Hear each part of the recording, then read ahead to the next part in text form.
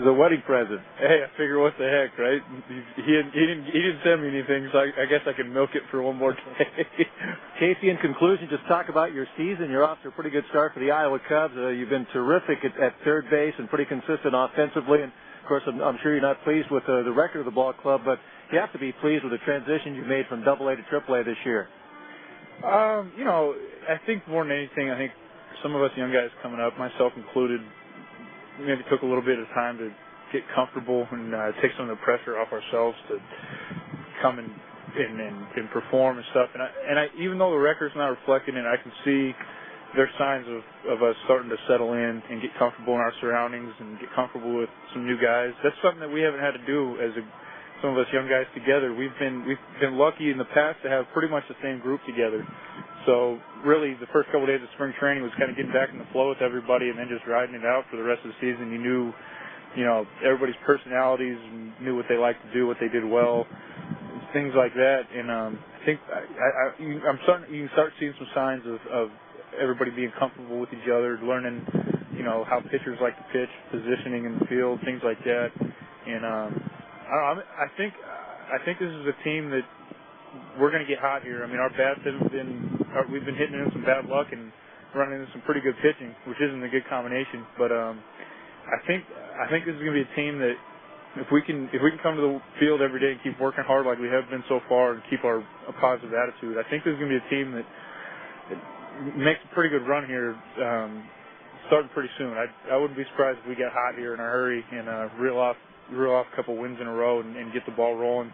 And we got a lot of season left to make up some ground. And we've been in this position before. I know in the past we started off a couple times 2-12, 1-13, whatever, and been able to turn it around. So we got 100 and some odd more games to go. And I wouldn't be surprised if this team really gets going and starts hitting the ball and putting some runs on the board. And I know we got some good arms on this team, and I think if we can get it to match up with good pitching performance and a good offensive performance, I think it's going to be something that just gets going and it's not going to stop. And we'll look back at the beginning of the year and wonder, how did we struggle so bad out of the gate? And I think we still have plenty of time to turn around and have a good season. Well, we've broken it down. Casey McGee, the Iowa Cub record is a single man, and starting today, Casey McGee, the Iowa Cub record is a married man. And yesterday was that monumental day for he and Sarah. We wanted to make it special. Myself, my broadcast partner Nate Toit, Casey. So we've got, and also the people out at Fleming's, Edie out at Fleming's. We've got a gift certificate for you out at Fleming's Steakhouse.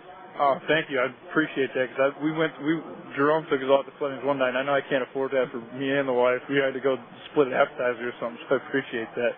Casey McGee, our guest, and again, we'll present him with that gift certificate from Fleming's. They're out at Jordan Creek Town Center. Fleming's Prime Steakhouse and Wine Bar. Every experience at Fleming's will be an ongoing celebration of the best in food, wine, and friendship. A reminder, with the nice weather soon to come, that patio is open at Fleming's. A reminder, too, yesterday, Sundays are the prime rib special, prime rib Sundays for $27.95. They have that private dining rooms available at Fleming's. A remarkable item is the wine list, over 100 notable wine offerings at Fleming's. A stylish, lively atmosphere that invites the best of times. Call and find out more what a pleasure dining can be at Fleming's Prime Steakhouse and Wine Bar at the Jordan Creek Town Center. Call 457-2916. Now this message, and we'll be right back to conclude today's edition of the On Deck Circle pregame show from Principal Park on KXNO. The YMCA of Greater Des Moines has over 34,000 members that can tell you about their 6 conveniently located facilities. These facilities offer free family programming, the best fitness classes, and top-notch youth programs.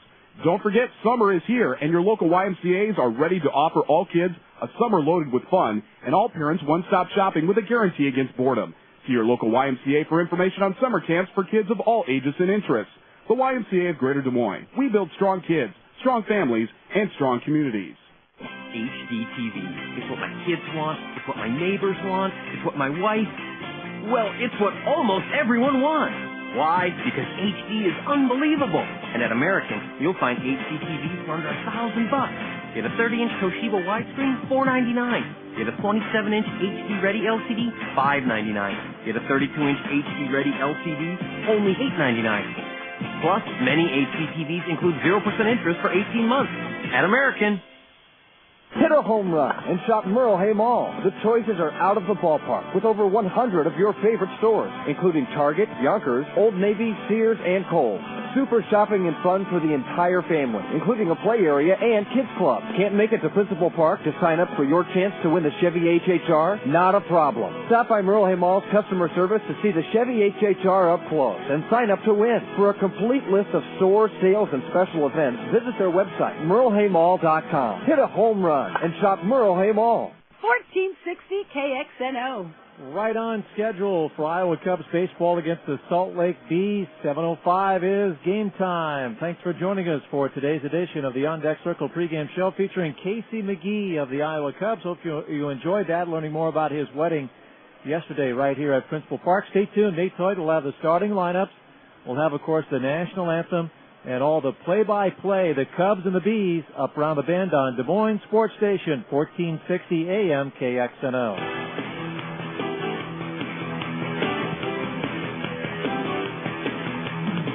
You've been listening to the On Deck Circle pregame show. Join us before every Iowa Cubs game for the On Deck Circle pregame show. Now, stay tuned for all the exciting play-by-play of AAA baseball with the Iowa Cubs.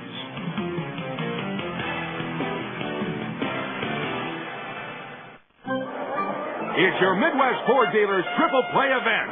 0% APR for 60 months, 0 down, and 0 maintenance cost for 2 years. For total savings of up to $8,800 on Focus, Freestyle, 500, Escape, Explorer, Expedition, even the built Ford Tough Ranger and F-150, with total savings of up to $8,800. Get to the Triple Play event at your Midwest Ford dealer. Ford, bold move. Not all buyers will qualify. Take new retail delivery from dealer stock by 5/31/06. See dealer for qualifications and complete details. Quest, sponsor of Iowa Cubs baseball, is proud to support community events in Des Moines and around Iowa. From providing innovative telecommunication solutions to investing in the communities it serves, Quest is making connections in Iowa. A popular Quest feature is Caller ID. Know who's calling before you even pick up your phone. Caller ID logs the name, number, date, and time of most incoming calls, giving you power to avoid unwanted calls and return important calls at your convenience. Caller ID from Quest. Hey, it's Scott Casper, everyone. Join me each and every Saturday morning from 9 to 11 for Takedown Wrestling Radio on Des Moines Sports Station, AM 1460, KXNO Des Moines. Iowa Cubs baseball is on the air. Des Moines Sports Station, 1460 KXNO presents AAA baseball featuring the Iowa Cubs. Today's game is brought to you by Wells Fargo, the next stage in banking. Atlanta Coca-Cola Bottling. Coke is the official soft drink of the Iowa Cubs. By your Des Moines Metro Ford dealers, Dewey Ford, Charles Gabus Ford, Stivers Ford, Quality Ford, and Noble Ford. By Papa John's, better ingredients, better pizza. Iowa Cubs baseball is also sponsored by Post Cereal, U.S. Cellular, American TV Furniture and Appliance, Blank Children's Hospital, Mediacom, Musco Lighting, and by Coventry Healthcare of Iowa, G-Galaxy, the Iowa Lottery, Signature Place Apartments, and PPH. It's time for relief. Now, let's head to the ballpark and Iowa Cubs baseball with Dean Ellis.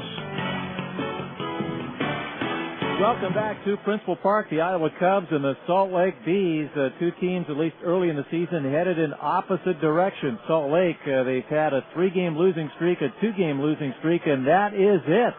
So they have really won for the most part. They're 23-13. In fact, they have dominated the Iowa Cubs in the first 2 games of the series, winning yesterday 6-0, shutting out the Cubs on 7 hits, and Salt Lake would pound out 18 hits in the ball game.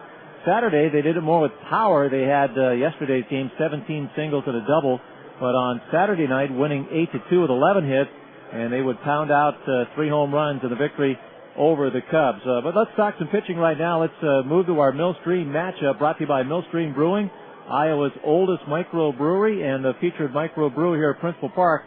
Come on down for the ball game tonight and enjoy a Millstream Shield Brew Amber. Up tonight for Salt Lake on the mound is going to be right-handed pitcher Steven Shell. Shell in the year is 0-0 with a 2 ERA. This will be his 3rd start of the year for Salt Lake. 18 innings pitched, 10 hits, 4 earned runs, 3 home runs allowed, 4 walks, and 14 strikeouts. And Shell hasn't pitched since May 3rd. He's coming off kidney stones. He'll be going against left-handed pitcher Ryan O'Malley, who's 1-2 and 4.74 ERA for the Iowa Cubs. He's been spectacular since joining the Iowa Cubs starting rotation, so it should be a good pitcher's battle here today. That's our Millstream matchup, and now our national anthem.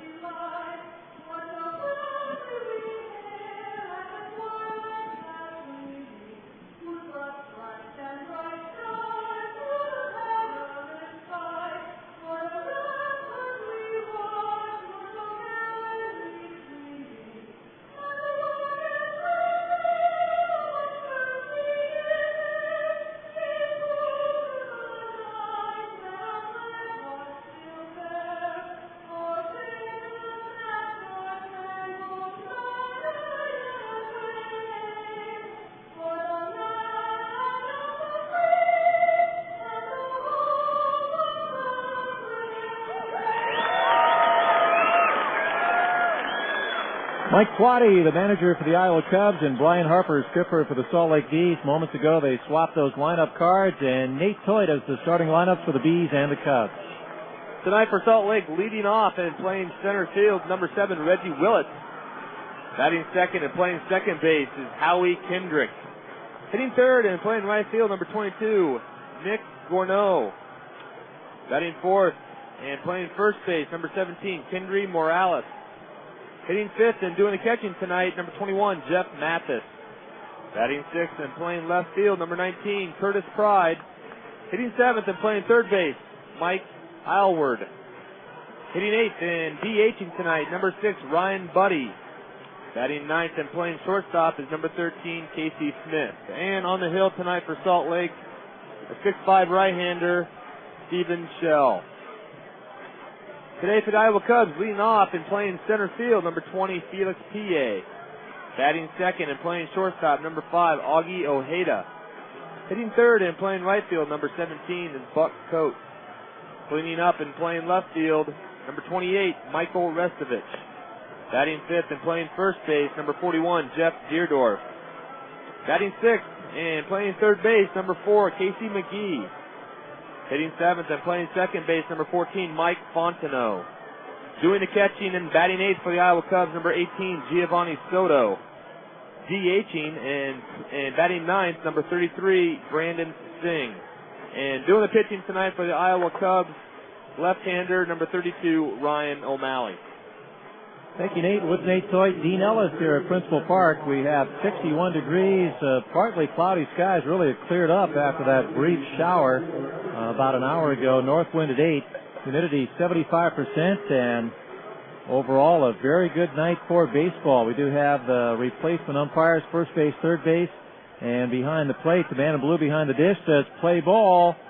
And Reggie Willett will stand in versus Ryan O'Malley, who, as Nate said, has been outstanding his 2 starts with the Iowa Cubs. Left-hander rocks and deals, and a fastball down the middle of strike. Strike one on Willett, who's hitting .309 with a home run, 20 runs batted in. Fast runner. Ground ball pulled down to the third baseman McGee. He comes up firing in time to Jeff Deerdorf. Well, there's that old baseball adage, the day after you're married, it's always good to get that first ground ball, and we see it here to Casey McGee on the first batter.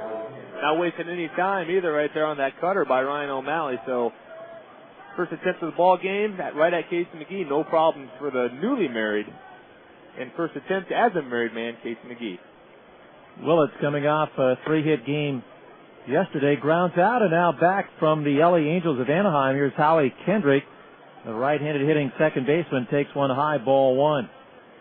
Very good hitting prospect. He swings away, a fly ball right field. Moving to his left slowly is Buck Coates, and a catch made for the out. So a ground out, a fly out, and 2 out and no one on base. Of course, Ryan O'Malley has 2 games with the Iowa Cubs. Used to having, I won't say easy innings, but the minimum number of batters early on against Ryan, as he would no-hit Memphis for 5 innings in his first start on May the 5th down there, winning 6-0. Faced the minimum through 5. And then against Colorado Springs on Wednesday, he would lose the ball game 2-1, but gave up back-to-back home runs. There's a fastball, a strike on Gorneau, or Nick Gorneau takes a strike. Back-to-back home runs, back-to-back pitches in 5 innings, 5 hits, no walks, struck out 7. Here's the motion of the pitch to Gorno, a right-handed hitter. And that's up and away, right around the plate, but missing for ball 1. 1 ball, 1 strike, 2 out and no one on. Willits has grounded out. Kendrick has flied out. Base is empty, just underway at Principal Park. Strike, low and in. Very good off-speed pitch, 1-2 on Gorno. And that's a pitch right there that's key for Ryan O'Malley. It's more of a slider off that fastball, and O'Malley with a very good changeup also to complement the fastball and slider. So that's been the pitch to get out these right-handed hitters for Salt Lake. Jams Gorno, and he fights it off the handle, back to the screen behind the plate, foul ball. And the count remains at a ball, 2 strikes. 1-2 on Gorno, 2 out and nobody on. In the top of the first, again, Salt Lake has won the first 2 games of the series by a combined margin of 14-2 over the Iowa Cubs, out hitting them 29-12. And there's ball 2. 2-2 on Gorno, a right-handed hitter. He's on their 40-man roster. So at some point he could be in the big leagues this season, batting .309, 5 home runs, 26 batted in. Leads the club in runs batted in. Cubs with their blue tops, the white bottom, the numbers in red. Salt Lake with their road gray uniforms, a black number with yellow trim around that number. Manager Harper coaching third, and the inside pitch is grounded on 1 hop and a diving stop by third baseman McGee. He's up, he fires, and it's scooped up by Jeff Gerdorf. So a good play by Casey McGee. He robs Gorno of a base hit, and he wraps up a 1-2-3 start for Ryan O'Malley. After 1/2 inning, Salt Lake did not score. The Iowa Cubs are coming to bat on 1460 AM KXNO. Healthcare for your child. You want only the best. The Children's Health Center at Blank Children's Hospital has your child covered through all ages and stages, from newborn to teen.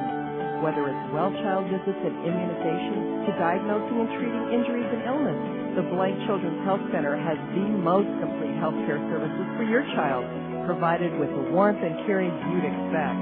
Call the Blank Children's Health Center to schedule an appointment. 515-241-KIDS. Some things never change, like America's love for baseball, hot dogs, apple pie, and Chevrolet. In fact, more Americans choose Chevy than any other brand. Now you could drive a Chevy, too, with the Iowa Cubs Hit a Home Run HHR giveaway. Sign up for your chance to win a brand new Chevy HHR. Then cheer on the Iowa Cubs, because for every home run hit at Principal Park, another winner will be chosen to go on to the finals. Visit moreiowans.drivechevy.com to register and for official rules. No online entry or purchase necessary. Void where prohibited. Chevy, baseball's #1 fan. Coventry Healthcare of Iowa proudly supports the Iowa Cubs. The same traits leading to success in sports are found in an effective health plan: strength, flexibility, excelling at fundamentals. That's why thousands of employers, individuals, and seniors have chosen Coventry for the health coverage. They win with best-in-class service, broad provider networks, and affordable product options, because maintaining good health is everything. By focusing on doing the right things on time with the right partners, Coventry will continue to be not only competitive, but a leader in their league. It's a formula for success the Iowa Cubs have always known. 1460 KXNO. Back here at Principal Park, it's Game 3 of this 4-game series against the Salt Lake Bees. Great play by Casey McGee to end the top of the first inning there, diving to his left to throw out Nick Gorno. And it's the Iowa Cubs as they come to bat here in the bottom of the first inning. I'm Nate Toyd alongside Dean Ellis. And Dino, an hour ago, looked like we're probably going to struggle to maybe get this thing in, and now the clouds are gone, the sun is out, and it's a beautiful night for baseball. That it is. At game time temperature, a pleasant 61. You see Michael Gardner headed down to the front row with a $1 hot dog. It's $1 hot dog night here at Principal Park. He gave it away.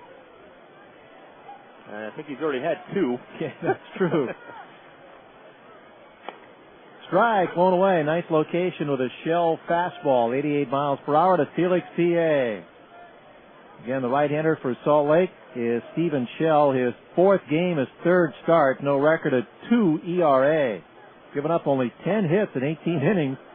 Usually an indication of good stuff. 4 walks and 14 strikeouts. This ball 1-1 in the left-handed hitting Felix, PA. Felix is batting .270, 3 home runs and 24 batted in.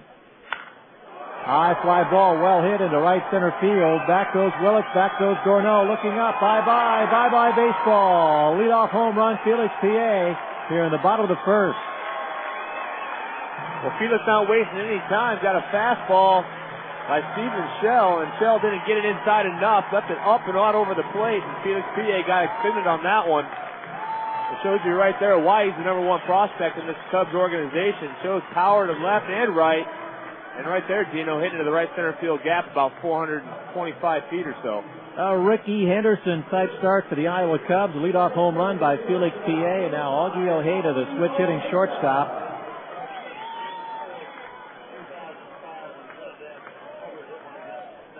Trinidad Hubbard, the last Cub to have a leadoff home run in 05 last season. Here's a pitch up and into Augie, ball one. Augie's 0 for 7 in the series. He bats left-handed.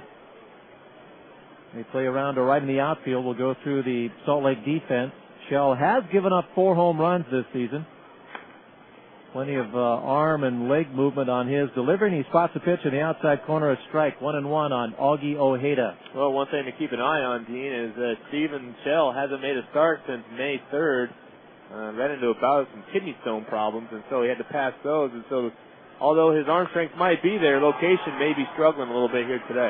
Good breaking ball, popped up right field. Kendrick is out. He gives way to the right fielder, Gorno, who puts the squeeze on it about Del Ty to retire Augie Ojeda. Good communication by second baseman Howie Kendrick, right fielder Nick Gorno. Gorno joined in the outfield by Reggie Willits in center, Curtis Pride in left.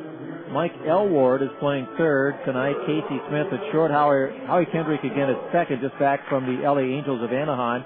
Kendry Morales at first base, and Jeff Mathis behind the plate for Stephen Shell. Here's Buck Coates. Best man at the wedding yesterday, Buck Coates. Strike on the outside corner to the left-handed hitting right fielder. 1-0. The Cubs ahead. First time they've been ahead in the series. Salt Lake winning 8-2 on Saturday and 6-0 yesterday. Shell right back to the plate at 0-1. Backdoor breaking ball is outside, ball 1-1. Buck Coates hitting .328, 3 home runs, a dozen batted in. 1 out, a run in, bases empty. Slider blown away for ball 2, 2-1. A shadow covering almost half of the infield from third base out across the pitcher's mound to first base, and for the most part, sunshine the rest of the way in the infield and the outfield here at Principal Park. Again, it's turned into a very lovely early evening here at the ballpark. That pitch blown inside, ball 3. 3 balls and a strike on Buck Coates. Nate tonight was enthusiastic about opening the windows, normally a little reluctant on the cooler nights, but it's very pleasant. Here's a swing and a miss at a good fastball, and now it's a full count. Well, that window has arrived that I mentioned on the way after the small rain shower we had, and the wind's died down, the sun is out, and temperature's not too bad at all. Michael Restovich on deck, 1-0. The Cubs ahead, and the home run by Felix P.A. For Felix, that's home run number 4, his 25th RBI, as Buck peppers one foul out of play left side, and it's still a 3-2 count of the Cub right fielder. Buck had a 2-hit game yesterday. He's 2 for 8 in the series. Another game tomorrow at 12:05. The Cubs and the Salt Lake Bees. We will see Jared Weaver for Salt Lake. The foul back out of play again, and this will be an 8-pitch at bat at least for Buck Coates. Yeah, Buck Coates has been a tough out all year so far in this 2006 season. Had a good game yesterday, went 2 for 4. So one of the Cubs hitters in this lineup has been doing a pretty good job. Les Walren, by the way, tomorrow against Jared Weaver. Foul to the backstop, and Buck extends the at bat. And the pitch count on Shell. Stephen Shell. See, he was drafted out of high school, correct? I believe so, out of Oklahoma. He's 6'5", 190, only 23. There's a ground ball foul behind the plate. And the at-bat still live here for Buck Coates, a 10-pitch at-bat. And a high pick. We'll double check. 3rd round pick, I know. El Reno, Oklahoma High School, 2001. 3-2 pitch, line down the left field line. This one is bending foul and out of play just over the top of the Cub bullpen. Well, Stephen Shell was touted as having the best control of any pitcher in the organization in the minor league side, and he'll pitch it anywhere from 88 to 90, run it up to 92, 93 miles an hour when he's right. He tried to pitch through a little bit of elbow soreness last year in Arkansas, and it cost him. Of course, anytime you try to pitch through some injuries, a lot of times you can't execute pitches, and that's when your numbers start to inflate. And he loses Buck Coates. What a nice at-bat for Buck Coates. That pitch tailing low and away, maybe a two-seam fastball. He walked him, and that turns out to be an 11-pitch at-bat for Buck Coates. Casey Kapitsky coaching first base for the Iowa Cubs. Manager Mike Quade at third. Here's Michael Restovich. He's been locked in since coming back from Chicago for the season, hitting .333, 3 home runs, 12 runs batted in. 1 out, 1 on. Fastball is outside, ball 1. Shortstop Smith, second baseman Kendrick. They play for the double play, 1-0. The Cubs have the lead on Salt Lake on a home run by Felix P.A. Michael Restovich with a 10-game hitting streak. It began before he departed for Chicago, and he continues to hit in consecutive games since coming back. A .436 average during his 10-game streak, elevating his average from 174 to .333. They play him deep and a step to left. Pride in left, Willits in center, Gorno in right. Double play depth in the infield. And now the 1-0, first Shell pickoff attempt to Morales. They chase Buck Coates back to the bag. Buck does have 4 stolen bases this year in 5 attempts. 1-0 on a Felix P.A. home run. And Ryan O'Malley off to a good start pitching-wise. Jeff Dierdorf is on deck. The set by Shell to pitch. Good fastball, a strike on the inside part of the plate. Well, Stephen Shell did throw over on Buck Coates, as you mentioned, Dean. He does have 4 stolen bases. And the first pickoff attempt over caught Buck leaning just a little bit, but Buck able to get back before the tag was applied. So Mike Quade maybe taking the approach. He wants to be a little more aggressive early in this game. To pause the pitch, breaking ball, and it hooks outside. Good job by Restovich not to chase it. Ball 2-1. And this could be the pitch right here where Buck Coates is on the move. 2 balls and a strike, 1 out. Coates at first base, 1-0 Iowa. Maybe be aggressive since they have the lead early on. Draws a throw at first base from Shell, and he's back in time. Well, it's not a bad idea to run in this situation. Buck Coates has good speed, and of course, as you mentioned, Michael Restovich, coming back down from Chicago, has been locked in, a guy that is making solid contact, and so not a terrible idea to send Buck Coates and let Restovich swing away. Not running, and a ground ball foul to the on-deck hitter, Jeff Dierdorf, for strike 2. 2-2 the count. Michael Restovich for the series is 2 for 7, including a home run. 2 balls, 2 strikes, 1 out, 1 on, a run in. Home run by Felix P.A. here in the first. The wind has about died out here at Principal Park. Again, a nice evening. Coates is running, and the pitch blown away. Throw to second is not in time. Down to the shortstop, Casey Smith. So on ball 3, Buck Coates steals second base, his 5th steal. Well, Buck Coates picked a great pitch to run on right there. A 2-2 count to Michael Restovich, and he's been the hot hitter in this Iowa Cubs lineup. So Stephen Shell opting to go for that slow knuckle curveball that he throws, and it was nowhere close to being a strike. Buck Coates running on an off-speed pitch, easily in at second base. Cubs, by the way, their first lead since May the 11th at Felix PA walk-off home run in Colorado Springs. Then they were shut out by the Sky Sox and have lost the first 2 games of the series to Salt Lake, but ahead today 1-0. Here's a foul out of play right side by Michael Restovich. No chance for the double play down the ground ball. Full count. Back-to-back full counts. Buck Coates had that 11-pitch at bat. He leads at second base. Shell's breaking ball has popped up. He's got a pretty good bender going tonight. Gorno wants it in right center. The catch made. He got a good running start. And so Buck Coates will hold on at second base, and a good throw to third by Gorno. And that's out number 2. Jeff Dierdorf, the batter. Jeff is 2 for 7 for the series. Season batting average is .230. 4 home runs, 9 runs batted in. And he does have a hitting streak, albeit just 3 games, 3 for his last 10, but a hit in each of his last 3 games. An open batting stance on the right side. Fastball grounded foul. Past the quick-footed coach at third, Mike Quaddy. That's a strike on Jeff Deerdorf. 1-0 Cub lead. Buck Coates leads at second. The outfield fairly deep on Jeff Deerdorf. Stretch the pitch by Shell. Jammed him. Good location. Popped up on the right side. Shell about to catch it. Gave way to Morales about halfway between first and home plate. And the first baseman hauling that one in to retire Jeff Deerdorf and the Iowa Cubs. 1 run on 1 hit. They left a man after 1 inning. It's Iowa 1, Salt Lake nothing on KXNO.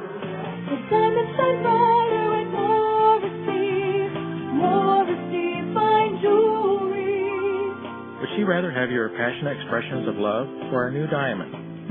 There must be a better way to rephrase that so we get a different answer. I'm Vince Morrissey from Morrissey Fine Jewelry, reminding you diamonds really do shine brighter at Morrissey's. Morrissey Fine Jewelry, 235 5th Street in Valley Junction. It's diamonds shine brighter at Morrissey's. Morrissey Fine Jewelry. Hi, I'm Papa John, and when I say better ingredients, better pizza, I'm not talking about a little better. I'm talking about a lot better.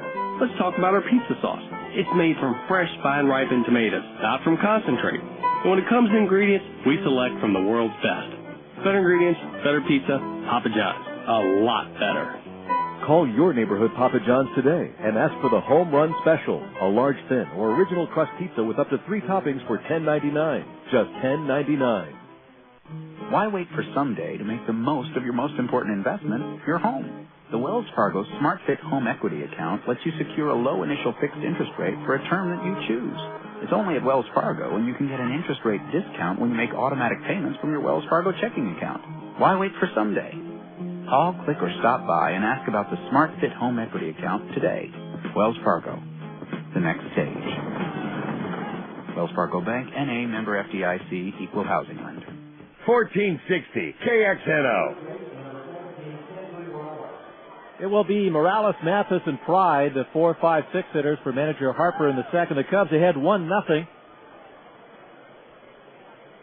We can say mostly sunny conditions here at Principal Park. All the clouds have cleared away, and Ryan O'Malley with a windup and a fake pitch, a decoy.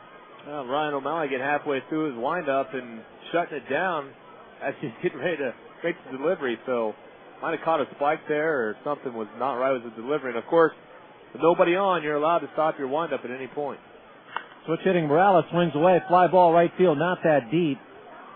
Measured and caught by Buck Coates. 1 pitch, 1 out in the second inning. Boy, the Cubs again with the blue tops, the white bottoms. The bottoms, I don't know if it's because we've got sunny conditions, but they look really clean.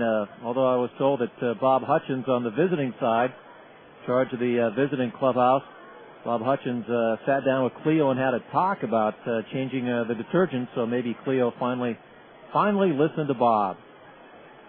1 pitch, 1 out. Jeff Mathis takes a strike low and in. Morales flies out. Good to retire him. He had 4 hits yesterday and 6 in the series. Check swing, a pitch outside, ball 1, 1-1. Seems like Ryan O'Malley want to be patient against him. Well, he's a guy that, he throws around 86, 87 miles an hour from the left side, and he's not overpowering, but he does have great control with all 3 of his pitches. And Mathis popped it up right center. Felix Piet calling off both Mike Fontenot and Buck Coates, and the center fielder tucks it away for the out in shallow right center. That's 2 flyouts and 5 up, 5 down thus far. And the batter will be Curtis Pride. Curtis had a couple of hits yesterday, 2 hits on Saturday. He's 4 for 6 in the series. I don't know how patient you want to be with Ryan O'Malley. He's got 19 innings pitched for 20 now, and he's only got 1 walk issued. So when you go up there and try to be too patient against him, you'll find yourself 0-2 in a hurry. Well, Curtis is trying that patient approach. He takes a strike. And 5 out of 6 first pitches have been strikes for Ryan O'Malley. 1-0. Cubs have the lead in the second. Low and away with a breaking ball, ball 1. 1 ball, 1 strike. Straight away in the outfield. Buck Coates fairly deep in right field on Curtis Pride, who's batting .310 with a home run and 10 runs batted in. Open stance, and he takes a fastball low and in, strike 2. Good job by Ryan going away, then back in. A ball, 2 strikes on Curtis Pride. And Ryan O'Malley is just not giving the hitters this season many good pitches to hit. It's always that pitcher's pitch. Foul to the backstop. Curtis had a good cut at it. That was up high, maybe outside the zone, but close enough where Pride chases, and a foul back to stay alive at a ball, 2 strikes. Well, O'Malley does a couple different things to the hitters. Well, number one, he's really, really aggressive out there. He comes at you with the fastball or that hard slider in on the hand, and then he works very quick, and he's a guy that likes to throw a lot of strikes, let his defense play behind him. And so far tonight, we've seen him do both of those very effectively, and it keeps these hitters off balance. Curve blown away, ball 2, 2-2. Giovanni Soto is catching Ryan. Jeff Deerdorf at first base. Mike Fontenot at second. Augie Ojeda plays short. Casey McGee at third. Michael Restovich, Felix PA, and Buck Coates the outfield left to right. Moments ago, Ryan was ready to make a 1-2 pitch. He was in the windup, and Curtis Pride got a timeout to break the rhythm of the left-handed pitcher, Ryan O'Malley. So 2-2 the count, 2 out, bases empty. Augie playing up the middle on Curtis Pride, the left-handed hitter, 1-0 Iowa. And that pitch is outside, full count. Well, a lot of times pitching and hitting can become a little cat and mouse game, and Ryan O'Malley likes to work quick, as I mentioned, and Curtis Pride, to play a little cat and mouse, will step out of the box to disrupt Ryan O'Malley's timing, and then maybe later in the game, Ryan O'Malley do the same to Curtis Pride. Swing and a miss. He struck him out with a good low curveball, low and outside, lights out on Pride. That wraps up another 3-up, 3-down inning for Ryan O'Malley and the Cubs defense. We go to the middle of the second. Iowa has the lead. Cubs 1, Salt Lake Bees nothing on KXNO. When it comes to a winning strategy in baseball, teams need a combination of abilities: solid hitting, smart base running, consistent fielding, and of course, great pitching. This same balanced approach is part of the Mediacom strategy too, with all of the products you need to maximize your home entertainment game. Digital cable, video on demand, high-speed internet, and digital video recording, allowing you to pause live programming, rewind, and watch again, or even record a different program from the one you're watching. If you're looking for a winning combination, make the play to Mediacom. Northern Tool and Equipment. Hi, I'm at the park, and somebody has one of those poodles with the big poofy haircuts. It's freaking me out. I am freaked out with you. Okay, what you're going to need is a 1.5 horsepower, double reciprocating, 24-inch bladed, high-torque, gas-powered hedge trimmer. Hey, it almost looks like a dog now. There's no problem a little horsepower can't solve. Northern Tool and Equipment, where warriors prepare for battle. Fitness World West, Des Moines' premier fitness center, is celebrating their 20th year anniversary. Join this month and receive the special anniversary promotion of 50% off the joining fee, 1 month unlimited tanning free, and get a free fitness and health evaluation and personal training orientation. Stop by and see all the extras that make Fitness World West the most complete, friendly, and comfortable place to exercise. Find Fitness World West right across from Valley West Mall or call 223-5111. Get more out of life at Fitness World West, 223-5111. 1460 KXNO. Back at Principal Park, we're in the last of the second inning. I'm Nate Toit alongside Dean Ellis. The Iowa Cubs lead it over Salt Lake 1-0. And Dino put an asterisk by that first inning for Shell. 26 pitches in that first inning. Hasn't pitched since the 12th day now since he's pitched. And he will face Casey McGee, Mike Fontenot, Giovanni Soto. And the fastball blown away for a strike. Keep in mind, as Casey told us on the pregame show, all his bats he has broken. He's had to borrow some timber for tonight's game. Shell, that over-the-top windup, and he misses, blown away, ball 1-1. Casey had a great year defensively at the plate. His batting average is a solid .279, 2 home runs, 12 runs batted in. At the knees, good low fastball by Shell, 85 miles per hour for strike 2. 1 ball, 2 strikes. The flags out in center field are limp, so not much of a breeze here at Principal Park. Outside with a curveball.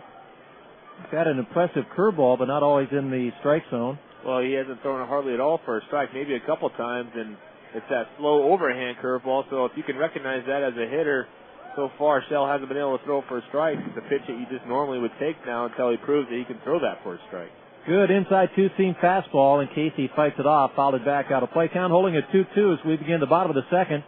Iowa Cubs ahead 1-0 and a Felix PA home run. He showed great strength, powdering one to right center. Shell's break-even pitch. Low curve and a couple of flexes to the umpire's right shoulder there, but didn't make the call. It's ball 3. Like he was close to ringing up Casey McGee. Now full count. Shell back to the dish. Fastball. This one hit in the air, deep right field. Back goes Gorno. Gorno just to the warning track, and he makes a two-handed catch about a step from the track. Casey flies out, and now Mike Fontenot. Mike Fontenot hitting .265, 2 home runs, 4 runs batted in. On deck, Giovanni Soto. With Nate Toit, this is Dean Ellis. Steve Young is the producer-engineer for Iowa Cubs baseball. Thanks for joining us. Hope you settle into that easy chair for some iCubs action tonight. Strike, a fastball in the outside corner, shell to Fontenot. Did you ever lose your glove, Nate, or show up at the ballpark and it wasn't there in your day to pitch? Well, not so much my glove, but a couple times my hat or some socks or anything like that has come up missing. I had to borrow that from teammates, but never my glove or anything like that, equipment-wise. Fastball, strike 2 on Mike Fontenot. 1 out, nobody on. 1-0 Iowa, bottom of the second. Shell back to the dish. Backdoor curve is outside, ball 1, 1-2. Do you have a lucky pair of underwear or socks or anything? I always wore my socks the same as far as putting one on the right foot, left foot in order and all that kind of stuff, but never had the lucky pair of... I just kept wearing the same stuff until they'd rip out, and then I had to go buy new stuff. But I didn't really have that many superstitions. Some guys you see very superstitious. Outside, ball 2. Fastball called, strike 3. Perfect pitch, blown away. Looked like that two-seam fastball just carved off the edge of the plate. And Mike Fontenot is the first strikeout casualty of the game for Shell. Looks like he's starting to find his rhythm out there. Yeah, and he's starting to get, as you mentioned, starting to get in a rhythm, and he's starting to get ahead of these hitters now and not going deep into counts like he did that first inning. Of course, with 26 pitches in that first inning. Of course, 11 were the Buck Coats. There's a strike low and in on Giovanni Soto, but as Nate told you, it's 12 days off for Shell. Kidney stones. It's one of the most painful experiences. Here's a curve outside, ball 1, 1-1. I've never experienced kidney stones, and I really hope I never have to, but I've heard they're very painful. Giovanni Soto hitting .263, no home runs, 9 runs batted in. 2 out, nobody on. Now going back to Casey McGee, you talked about how he didn't have any bats coming into this game, and that's something that's not too uncommon on the road when players don't grab enough bats. They break them all, but something I haven't really seen at home that often. Pops up right field. Gorno waiting on this one. He signs a couple of autographs. Now he makes the catch, and that ends the inning. So Shell settles in, and he dispatches the side in order. We have played 2 at Principal Park, 2 innings. Cubs 1, Salt Lake Bees nothing on KXNO. When hunger hits, join the club. Taco Bell presents the Taco Bell 55-cent Taco Club. Enjoy delicious tacos every Tuesday for just 55 cents each. When you purchase 3 Taco Bell tacos on Tuesday, you'll get a coupon good for a free general admission ticket for Wednesday Iowa Cubs games at Principal Park. You can see the Iowa Cubs Baseball Club in action just by being part of the Taco Bell 55-cent Taco Club at participating locations for a limited time only. Think outside the bun. It can be an embarrassing topic to discuss, even with your doctor. However, hemorrhoids are a serious issue for millions of Americans. If you've been suffering in silence with hemorrhoids that won't go away, it's time for relief. PPH, the procedure for prolapse and hemorrhoids, could be just the ticket to end your frustration and embarrassment. This one-time procedure offers patients less pain and a quicker recovery compared to traditional hemorrhoid surgery. As with any surgical procedure, PPH may present risks. To learn more, talk to your doctor or visit pphinfo.com. Looking for a hot deal on a cool apartment? Call Signature Place at 515-226-2100. With unique floor plans and superb amenities, Signature Place is luxury you can afford. With customer service beyond compare, why buy a house when you can live carefree without all the hassles? You're minutes from Jordan Creek, from great restaurants, exciting nightlife, and the new Wells Fargo complex. Signature Place welcomes most breeds of dogs. Ask about current specials at 515-226-2100. Signature Place and the Iowa Cubs. What a team. 1460 KXNO. Back here, it's Iowa Cubs baseball. Iowa Cubs still lead at 1-0. We've played 2, heading to the top of the 3rd inning. Ryan O'Malley back out, and so far, Dean, since Ryan has joined this Iowa Cubs staff, or actually, I guess he's been with the staff the whole season, but this now making his third start as a starter. He's been lights out and working very fast, very effectively, efficient. And you take away those back-to-back home runs against Colorado Springs, and he's been unbelievable for this Iowa Cubs starting rotation. On back-to-back pitches, those home runs, Shealy and Baker. And quite a challenge tonight. Salt Lake leading the league in runs scored. They're second in team hitting. They're among the league leaders in home runs. Second in home runs, Salt Lake. They're also second in the league in pitching. Called strike as we begin the third inning. 1-0 Cubs ahead. Pops up right side, being chased by Mike Fondo, angling back to run under it for the out. Elward pops out. First appearance as a starter in the series for Mike Elward. He's had a bad wrist. And that's 7 up, 7 down.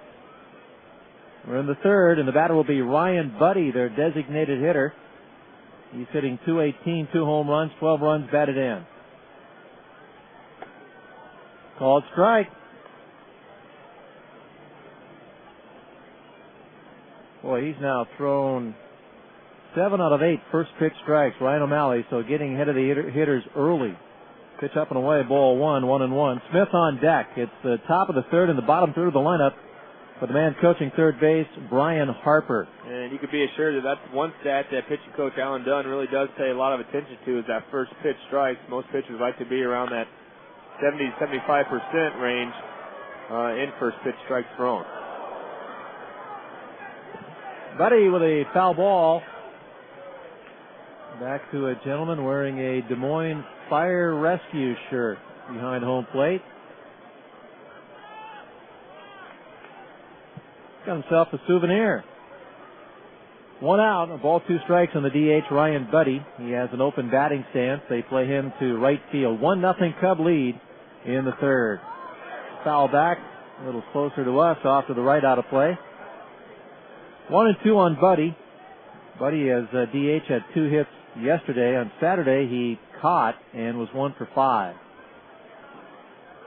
Salt Lake again, 18 hits yesterday, 17 singles and a double. Backdoor breaking ball just a bit outside, ball 2. 2-2 the count. And Ryan O'Malley, if you're Giovanni Soto, he's a great guy to catch. Soto behind the plate. Ryan validates the sign, and now the 2-2 pitch. Popped up. Again, Mike Fondo retreating, and he'll make the running catch. They're just not getting the sweet spot of the bat of the ball. Buddy pops out, and the hitter will be Casey Smith. Well, I mentioned it. Ryan O'Malley likes to work fast, and I think I even mentioned it last start that Ryan O'Malley had, that anytime you work fast, you have to be on the same page as your catcher. And so far tonight, Giovanni Soto and Ryan O'Malley getting together before the game, I'm sure, going through the lineup, but executing their game plan perfectly. And Giovanni, as good as they come defensively as a catcher, and swinging a hot bat this year for the Iowa Cubs as well. Called strike on Casey Smith, another first pitch strike. Smith batting .262, no home runs, 7 RBI. Takes strike 2 on the outside corner. 22 strikes in this ball game for Ryan O'Malley, and only 9 balls. He deals 0-2. Smith chases and misses. He expands the strike zone, went high and away. A pitch up above the shoulder. Smith, after it, he's down swinging, and that's the second strikeout for Ryan O'Malley. And once again, he's perfect. He's faced 9, retired 9, and we get ready for the bottom of the third at Principal Park. It's the Cubs 1, Salt Lake Bees no score on KXNO. Screen printing, embroidery, or advertising, T-Galaxy will do it all. With sales reps for personal service, a full-service art department, and their own shipping department, T-Galaxy ensures your order will be fast and accurate. Consistently cutting out the middleman for better than a decade, T-Galaxy has thrilled customers from the Des Moines Arts Festival to the Iowa Games and even your Iowa Cubs. Call the Des Moines office at 243-5100. That's 243-5100. T-Galaxy, the official merchandiser of the Iowa Cubs.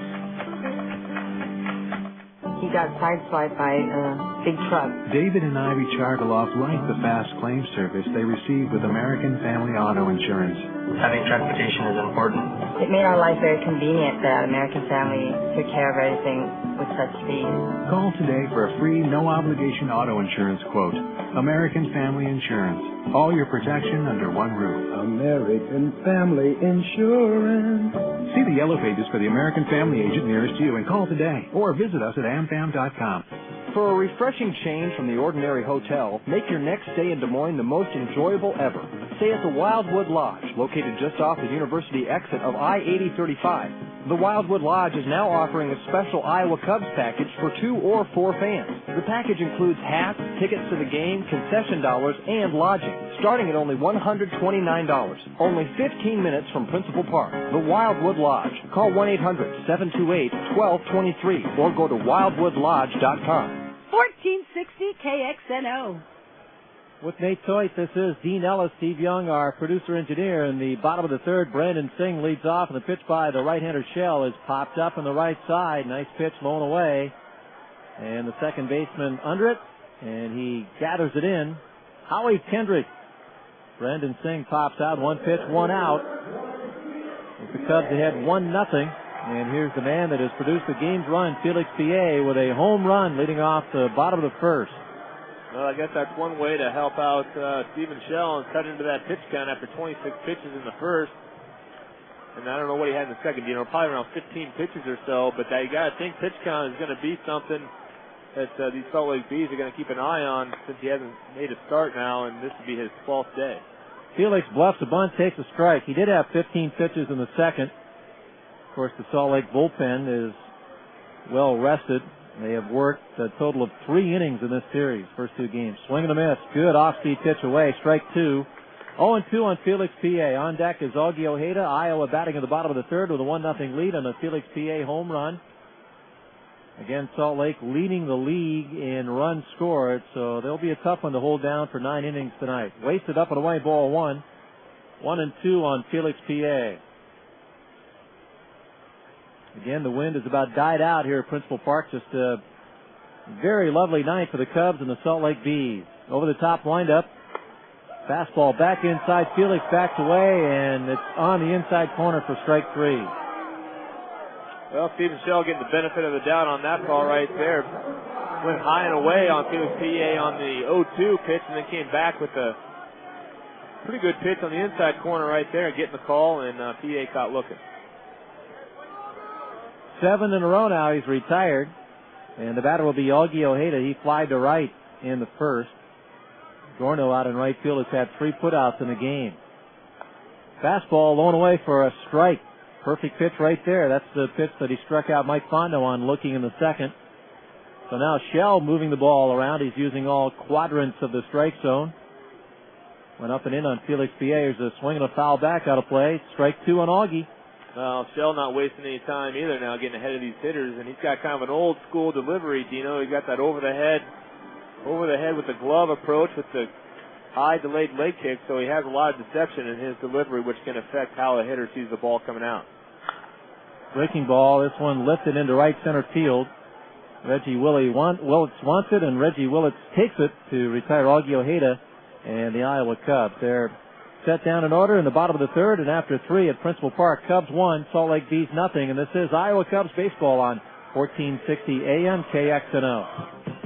The Radisson Hotel Des Moines Airport is a smart choice for any Iowa Cubs fan. It's a great weekend getaway with all the amenities you would need. The Radisson Hotel is located on Fleur Drive with convenient access to downtown Des Moines, Principal Park, and the Des Moines International Airport. The Radisson Hotel offers a wide variety of packages for a relaxing romantic getaway or a memorable family weekend. Find out more about the Radisson Hotel at 515-285-7777 or on the web at radisson.com. What makes new Honey Bunches of Oats with Cinnamon Clusters taste so special? The Cinnamon Clusters. What else? New Honey Bunches of Oats with Cinnamon Clusters has real cinnamon baked into 3 different crunchy oat clusters for an irresistible, delicious taste that can't be found in any other cereal. New Honey Bunches of Oats with Cinnamon Clusters is a great source of whole grain and is the taste combination your whole family will enjoy. New Honey Bunches of Oats, Cinnamon Clusters from Post, breakfast made right.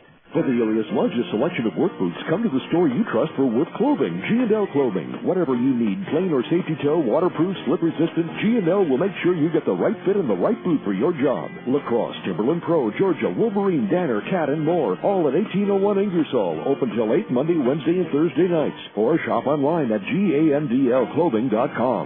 G&L Clothing. Beside the South, we've got it all.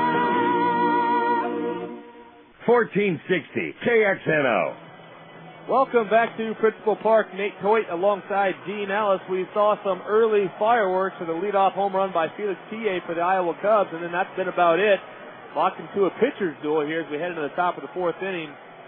Ryan O'Malley has been perfect in this one so far, and he's been great so far this year for the Iowa Cubs in the starting rotation, Dino. 1 run, 1 hit for the Cubs. The Felix P.A. home run. No runs, no hits, Salt Lake. Only one man left on base. That's on the Cubs side. Ryan O'Malley, first time through the lineup, faced 9, retired 9. Now it's Reggie Willits. Switch hitting center fielder takes one just below the knees. Ball 1. Willits grounded out to Casey McGee at third to start the game. Casey at third base. Augie Ojeda plays short. Mike Fondo at second. Jeff Deardorff first base.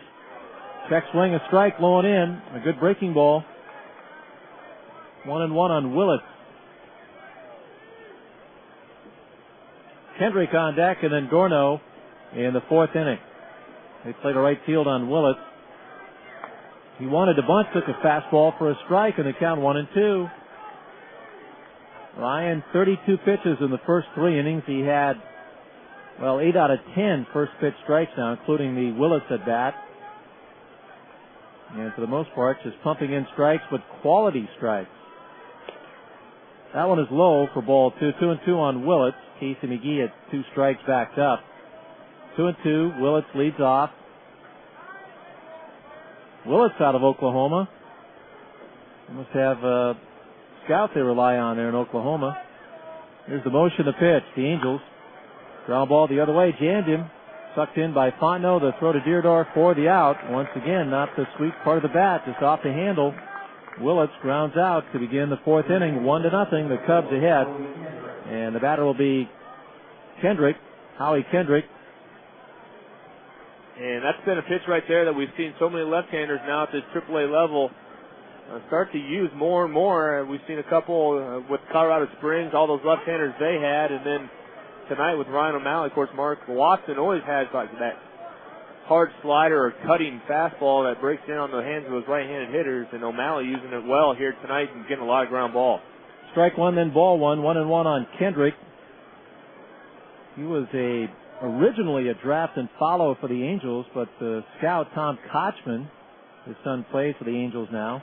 There's a foul back out of play. The scout that signed Kendrick, Tom Kochman, he talked the Angels into signing him right away, not to follow him into his next college season, but sign him right away, which they did for $100,000. So Howie Kendrick, considered one of the top hitting prospects in all of minor league baseball. There's a foul at the plate. The count remains a ball, 2 strikes. He was second in all of minor league baseball last season with a .367 batting average. And then he went to the Arizona Fall League and he hit .380, fourth in that league. 1 out, nobody on. Swing and a miss. Once again, they elevate that strike zone up around the shoulders, the fastball. And Kendrick chases and misses. He fans for the second out.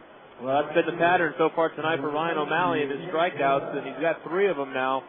So pound the bottom of the zone early, get ahead, and use the inside part of that plate to your advantage, and then expand the zone upward, climb the ladder, and that's what he's done with that fastball in the upper 80s and the third strikeout. Nick Gorno, the batter, takes a high strike. Once again, that first pitch strike. 10 out of 12 first pitches have been strikes. 2 outs, nobody on in the fourth. 1-0 Cubs ahead behind Ryan O'Malley. And that's strike 2, lone away. First pitch was a high strike. Strike 2, lone outside.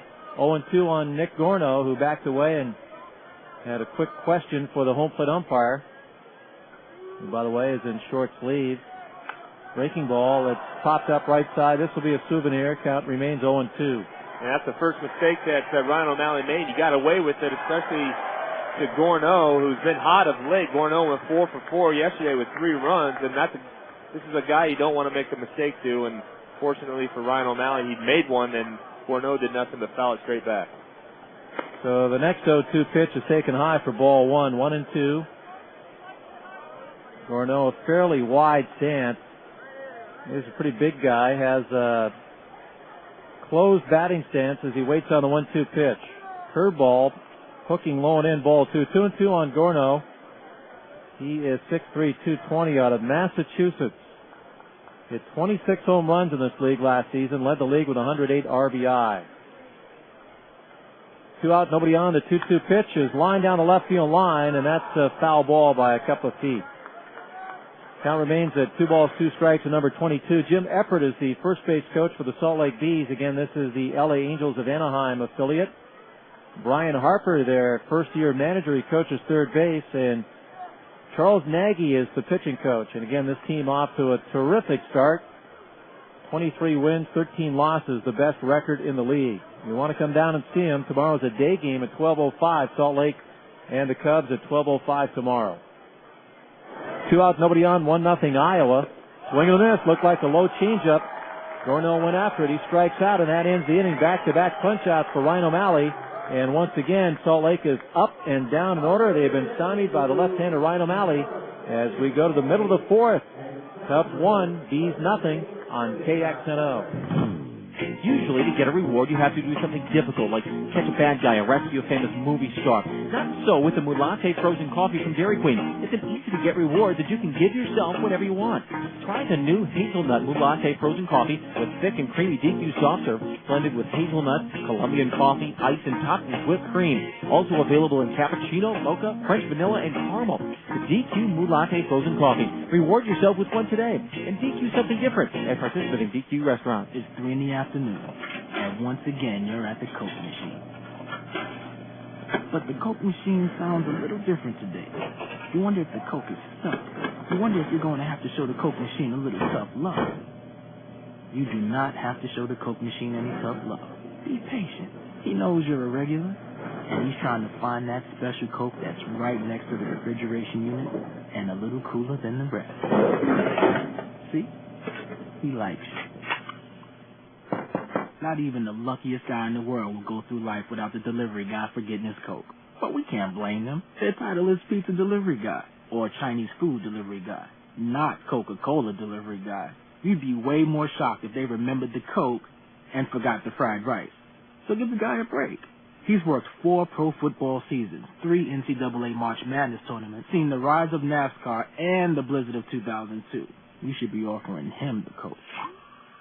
This is Steve Dace. Join me every weekday afternoon from 3 to 6 for Dace in the Afternoon, right here on Des Moines Sports Station, 1460 KXNO, Des Moines.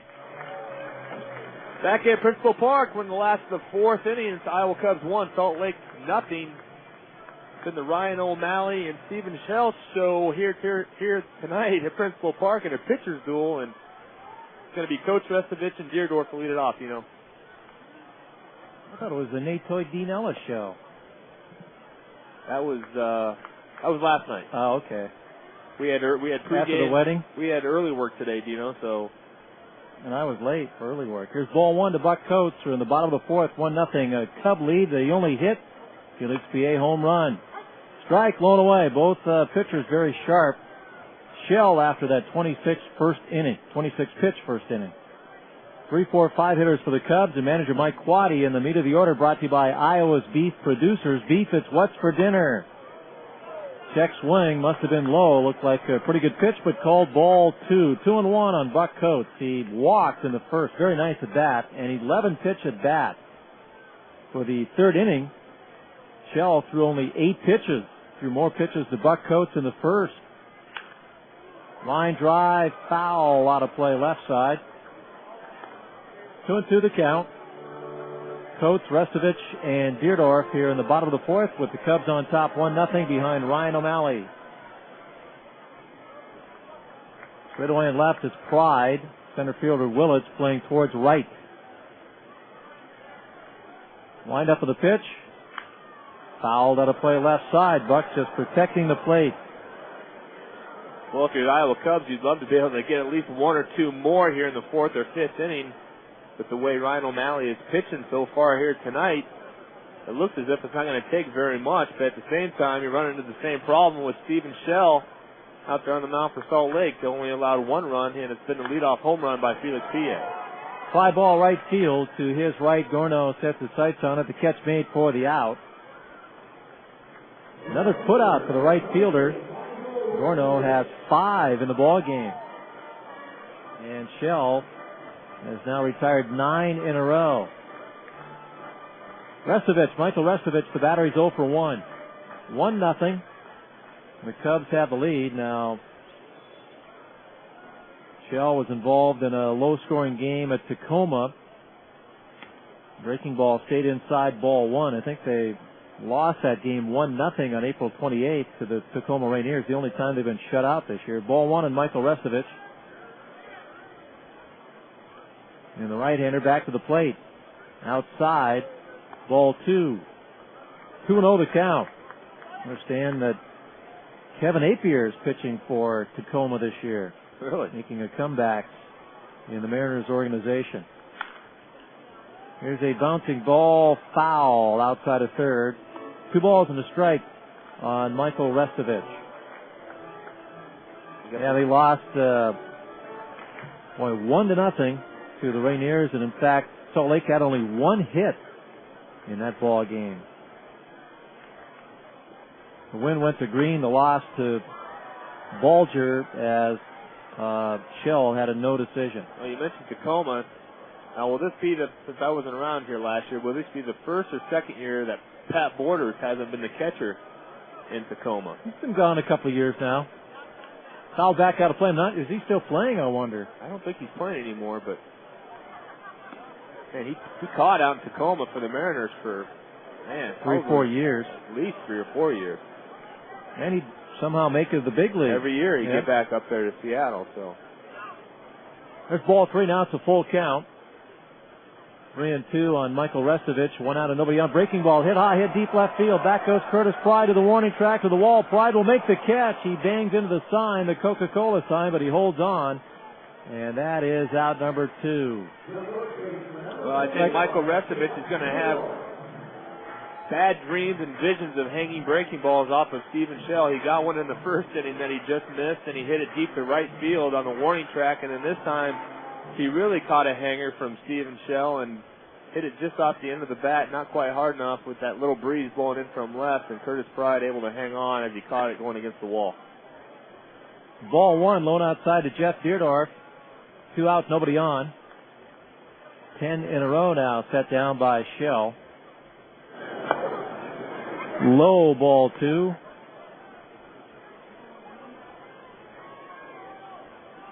I guess he's a fly ball pitcher, at least tonight. 9 flyouts, 0 ground outs. Walked 1, struck out 2. There's the strike. 2-1 on Jeff Deerdorf.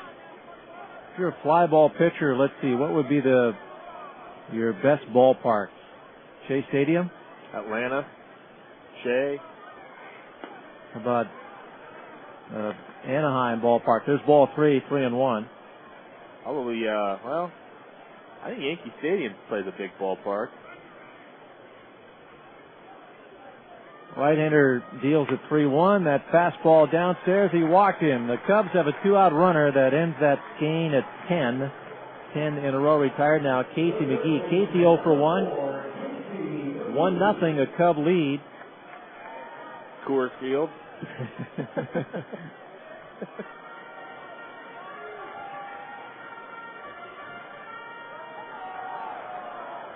Although looking at the statistics coming into today's game, he had 23 flyouts, 15 groundouts. Not quite the disparity we have tonight, but a fly ball pitcher. There's a pitch down low, ball 1 to Casey McGee. What makes for a fly ball pitcher? You pitch a little higher in the zone? I was just sitting there thinking and going through it. Normally most ground ball pitchers will have, stuff, and all their stuff goes down in the zone, either a sinker and a changeup and some kind of hard breaking ball like a slider or something like that. And so far, Stephen Shell has shown great control with his fastball, although it doesn't appear to be a sinking fastball. And then he's got that kind of a loopy 12-6 curveball that you'll find a lot of guys, they see it and they start trying to uppercut it a little bit, so that could have something to do with being a fly ball pitcher. Runner goes at 1-1. A foul back out of play by Casey McGee. A ball, 2 strikes, 2 out. Deerdorf back to first base. 1-0. The Cubs ahead in the pitcher's duel between O'Malley and Shell. Jeff Lance, you got something good for us? A little trivia for you, Dean. How about naming the leading winner the last 6 years for the Cubs, pitching-wise? Leading winner, what, career wins the most? Each year. Who had the most wins each year?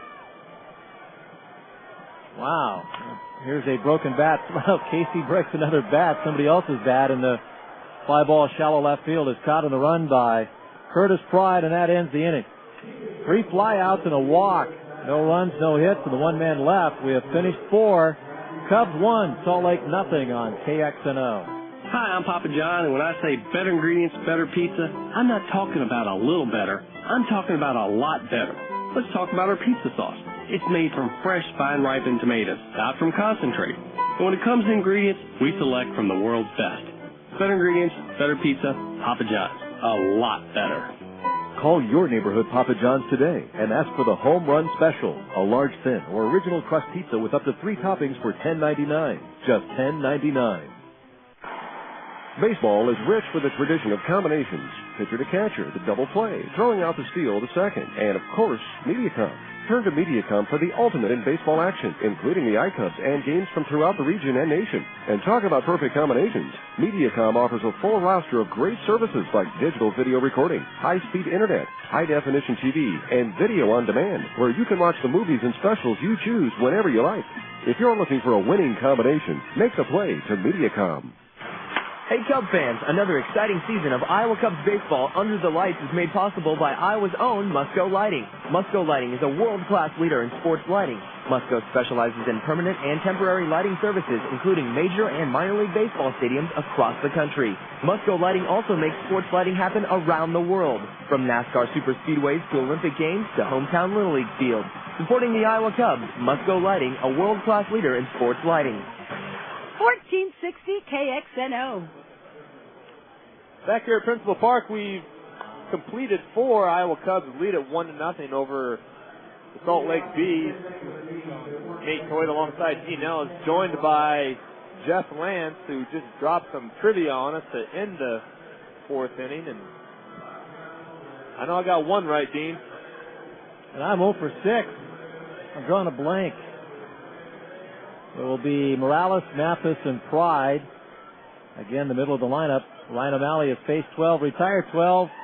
Morales flied to right in the second. 1-0 Cub lead on the Felix PA home run. And Morales reaching for that pitch, popped it up right field, foul ball. Hustling after the ball is right fielder Coates, first baseman Deerdorf, second baseman Fondo. It's out of play for strike. Well, you were tossing out some names. What did you say last year? John Karanka? That was incorrect? I had Karanka last year. And that's correct? That's correct. Nate Toit in 2001. And that's correct. High ground ball to the left of the third baseman. Good play by Casey McGee. Sets, throws on to Deerdorf for the out. Morales grounds out. That's how we begin the 5th inning. The batter will be Jeff Mathis. Mathis flied to center in the second. I always try to think of guys in Chicago, but none of these guys are with the Cubs, are they? Is somebody up in Chicago? You know, go through the pitchers in the Chicago Cubs. Pryor and Wood and Jesus Sanchez in 2002. Foul back, out of play, a strike on Jeff Mathis. This is Iowa, not Calgary Cannon trivia, Nate. Jesus was here in 2002. Was he? We've seen 2 of these guys in relief against us this year. One with Memphis and one with Nashville, I believe. Here's ball 1. 1 ball, 1 strike. Mike Myers? No.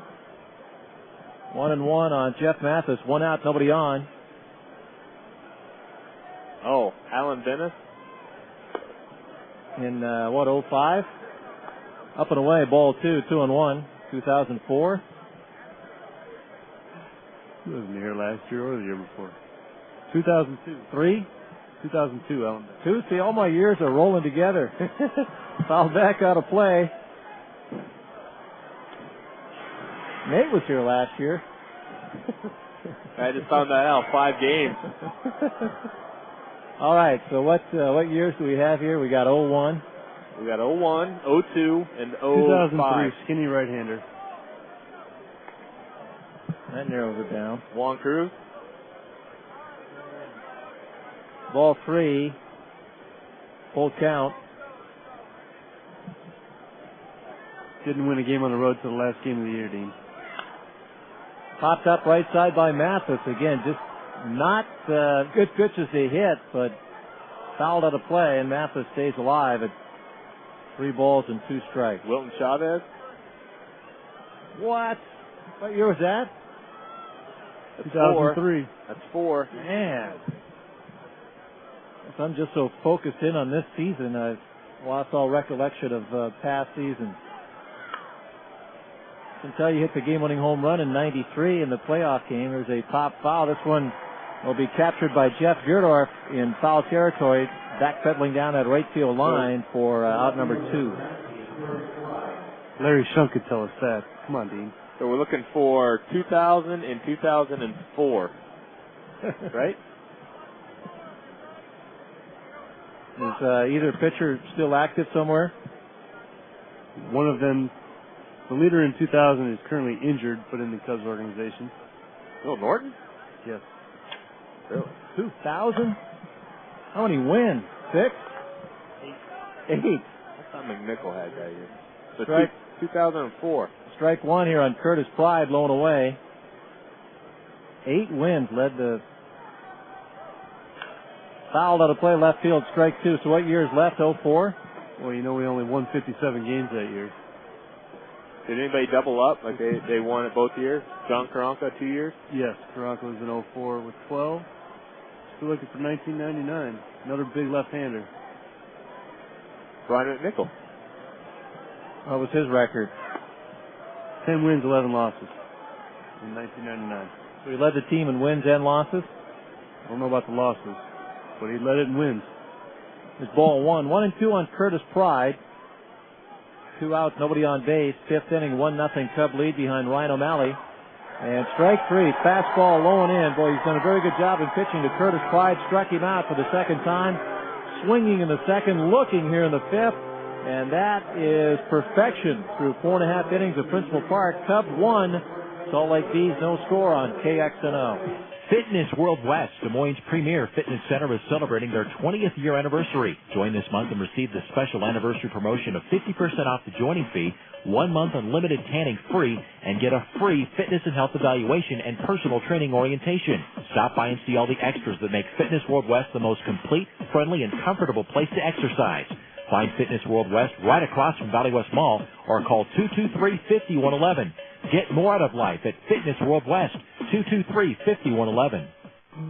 Someday you're going to wake up in the house you've always wanted. Only thing is, it's today, and you're not there yet. Well, someday can be today. With our Priority Buyer Mortgage Pre-Approval, Wells Fargo can help you purchase the home that's right for you. So whether you're looking for the perfect home or a great property investment, we're here for you. Why wait for someday? Ask about Wells Fargo Home Mortgage Priority Buyer Pre-Approval today. Wells Fargo, the next stage. Wells Fargo Home Mortgage is a division of Wells Fargo Bank, N.A., member FDIC, equal housing lender. Perfect Cut Lawn and Landscape is a proud supporter of Iowa Cubs baseball. A full-service company providing all services from custom lawn and tree programs, landscape design and installation, irrigation design, installation and maintenance, tree trimming and removal and mowing. Now that's definitely full service. All since 1989. Look for the Perfect Cut blue vehicles in your neighborhood. Find out more at www.perfectcut.com. Let them show you the Perfect Cut way of doing business. 1460 KXNO. Welcome back. Nate Coyne alongside Dean Ellis. We're in the last of the 5th inning. It's still Iowa Cubs 1, Salt Lake Bees 0. And it's going to be Fontenot, Soto, and Singh. 7, 8, 9 hitters for manager Mike Quade. He coaches third. The Cubs have had a total of 3 runners in the game, a home run and 2 walks. Shell's fastball sticks on the outside corner, a strike on Mike Fontenot, who struck out looking in the second. Third baseman Elward is playing in that cut in the infield grass. Backdoor breaking ball up and away, ball 1-1. 72 pitches for Shell. Ryan O'Malley has thrown 62 in his 5 innings. He's only been behind 3 batters in this game. Outside, ball 2-1. 1 run, 1 hit, the Felix PA home run. Salt Lake, no runs, no hits. We're in the bottom of the 5th. Hot shot, ground ball off the glove of the diving second baseman Kendrick into right field. Boy, hit hard, even kicked off his glove and continued out to Gorno. A leadoff hit for Mike Fontenot. Well, the way things have been going for the Iowa Cubs, you almost expect Kendrick to come up with that play right there, but a nice job by Mike Fontenot putting a good swing on that inside fastball delivered by Shell. Hit it on the screws, and Kendrick made a nice attempt off the glove, but Fontenot on with a single. Giovanni Soto, the batter, he's 0 for 1. Shortstop Smith, second baseman Kendrick, they play for the double play. Runner goes, good jump, and a swing and a foul right side out of play on the hit and run. A strike on Gio Soto. Looks like Fontenot, though, would have had that base stolen. More of a, almost like a run and hit type situation right there instead of a hit and run, and Soto's been swinging a nice bat, making good contact. A nice play right there by the Iowa Cubs, staying aggressive. Shell from the stretch to the plate. Curveball. Bluffing a bunt was Soto, and he took it low for ball 1. 1-1. We are in the bottom of the 5th inning with Nate Toit. This is Dean Ellis, Steve Young, our producer engineer. Thanks for joining us tonight. It's 1-0 Iowa. The Cubs struggling as of late. They have lost 6 of their last 7. Inside fastball hit in the left center field between Willits and Pride, but the running catch made by center fielder Reggie Willits for out number 1. Well, Shell just did get that fastball in enough on Giovanni Soto. Soto took a healthy cut at it and just missed the sweet spot of it. Hit it relatively deep to left center field. It's not deep enough when Reggie Willits with nice speed able to track that down. So Fontenot left on first, and you just got to believe that if somehow you can manufacture a run here in the middle of these innings, get Ryan O'Malley to a couple run lead, that's about all it's going to take the way O'Malley has been here tonight so far. And a good bullpen to back him up. Mark Watson has been very strong as of late. David Aardsma, Michael Wirtz.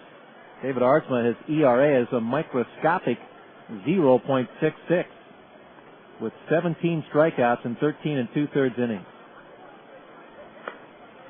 Called strike, snap throw to first by the catcher Mathis, and the runner Fontenot back in time. His whip is .80.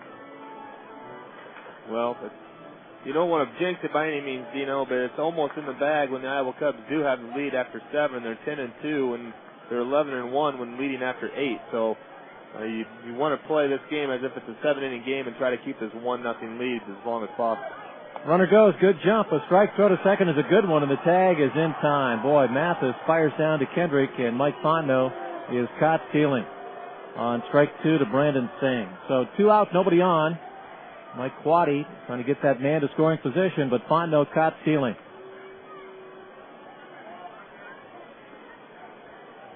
And Shell back to the full windup. Brandon behind 0-2. Brandon popped out in the 3rd, and the slider lown away ball 1. Well, I'll tell you what, it's one of those situations, if you're Mike Fontenot and the Iowa Cubs, you just got to tip your cap to Jeff Mathis, because Fontenot did get a pretty good jump off of Shell, and Mathis throwing a pill down to second base nabbed Mike Fontenot. 1-0 Cub lead 5th inning. The 1-2 pitch is blown away ball 2-2. You study the whip in the big leagues, right? You've got that in your fantasy league? I don't even know what it means. I know if it's a low number, it's good, but it's like wins and hits per innings pitched or something like that, I think. I don't even know. Pitch inside, and now it's a full count. Walk? Walks and hits. Walks and hits. Innings pitched. There 2 you out. go. There you go. You learned something. Foul back out of play. You study Iowa Cub trivia, I study whips. Still a full count on Brandon Singh. Mike Fontenot, the leadoff hit, but later caught stealing. Felix PA on deck. Brandon DHing tonight, hitting 9th, has that open stance, and the right-hander's pitch Fastball back inside. And he walked him. So the Cubs a 2-out runner for Felix P.A. with the Cubs ahead 1-0. Salt Lake in the 6th inning will send up Elwood, Buddy, and Smith. So you have not seen the Blues Brothers. No. Have you seen Ghostbusters? Yes. Love Ghostbusters. Keymaster Gozer. First baseman Morales holding with Singh. And a foul out of play left side on Felix P.A. Felix a home run and also struck out looking. A pitch he thought was inside. Well, you have the gatekeeper on Ghostbusters, and then you have the Keymaster at Gozer. Matt Nordby filling me in on that. From the stretch, Shell, the high set. Singh not running high. Fastball. Boy, Felix tried to make it 3-0 right there. That cut came up empty in the high heat. Strike 2. 0-2 the count. So is that Bill Murray's best? Oh, no way. Caddyshack. Oh, yeah. Far and away, isn't it? Oh, yeah. Shell's pitch. Swing and a miss. They expand the zone on him. Went high and outside. Felix went after it. He strikes out swinging. And that ends the inning. No runs to hit. A man left. We have played 5 at Principal Park. Iowa 1. Salt Lake no score on KXNO. Coventry Healthcare of Iowa proudly supports the Iowa Cubs. The same traits leading to success in sports are found in an effective health plan. Strength, flexibility, excelling at fundamentals. That's why thousands of employers, individuals, and seniors have chosen Coventry for the health coverage. They win with best-in-class service, broad provider networks, and affordable product options because maintaining good health is everything. By focusing on doing the right things on time with the right partners, Coventry will continue to be not only competitive but a leader in their league. It's a formula for success the Iowa Cubs have always known. When you sit down to a bowl of Post cereal, it's more than a great way to start your day. It's an experience. Pouring the milk, taking your first of many delicious bites. From kids to adults, Post cereals offer a variety of great tasting cereals that can be part of a healthy lifestyle. Try the Eat to Lose 10 plan and feel like you did 10 pounds ago. Find out more on this simple, heart-healthy weight loss plan on any box of your favorite Post Healthy Classics or log on at www.eattolose10.com. Post cereals, breakfast made right. It can be an embarrassing topic to discuss, even with your doctor. However, hemorrhoids are a serious issue for millions of Americans. If you've been suffering in silence with hemorrhoids that won't go away, it's time for relief.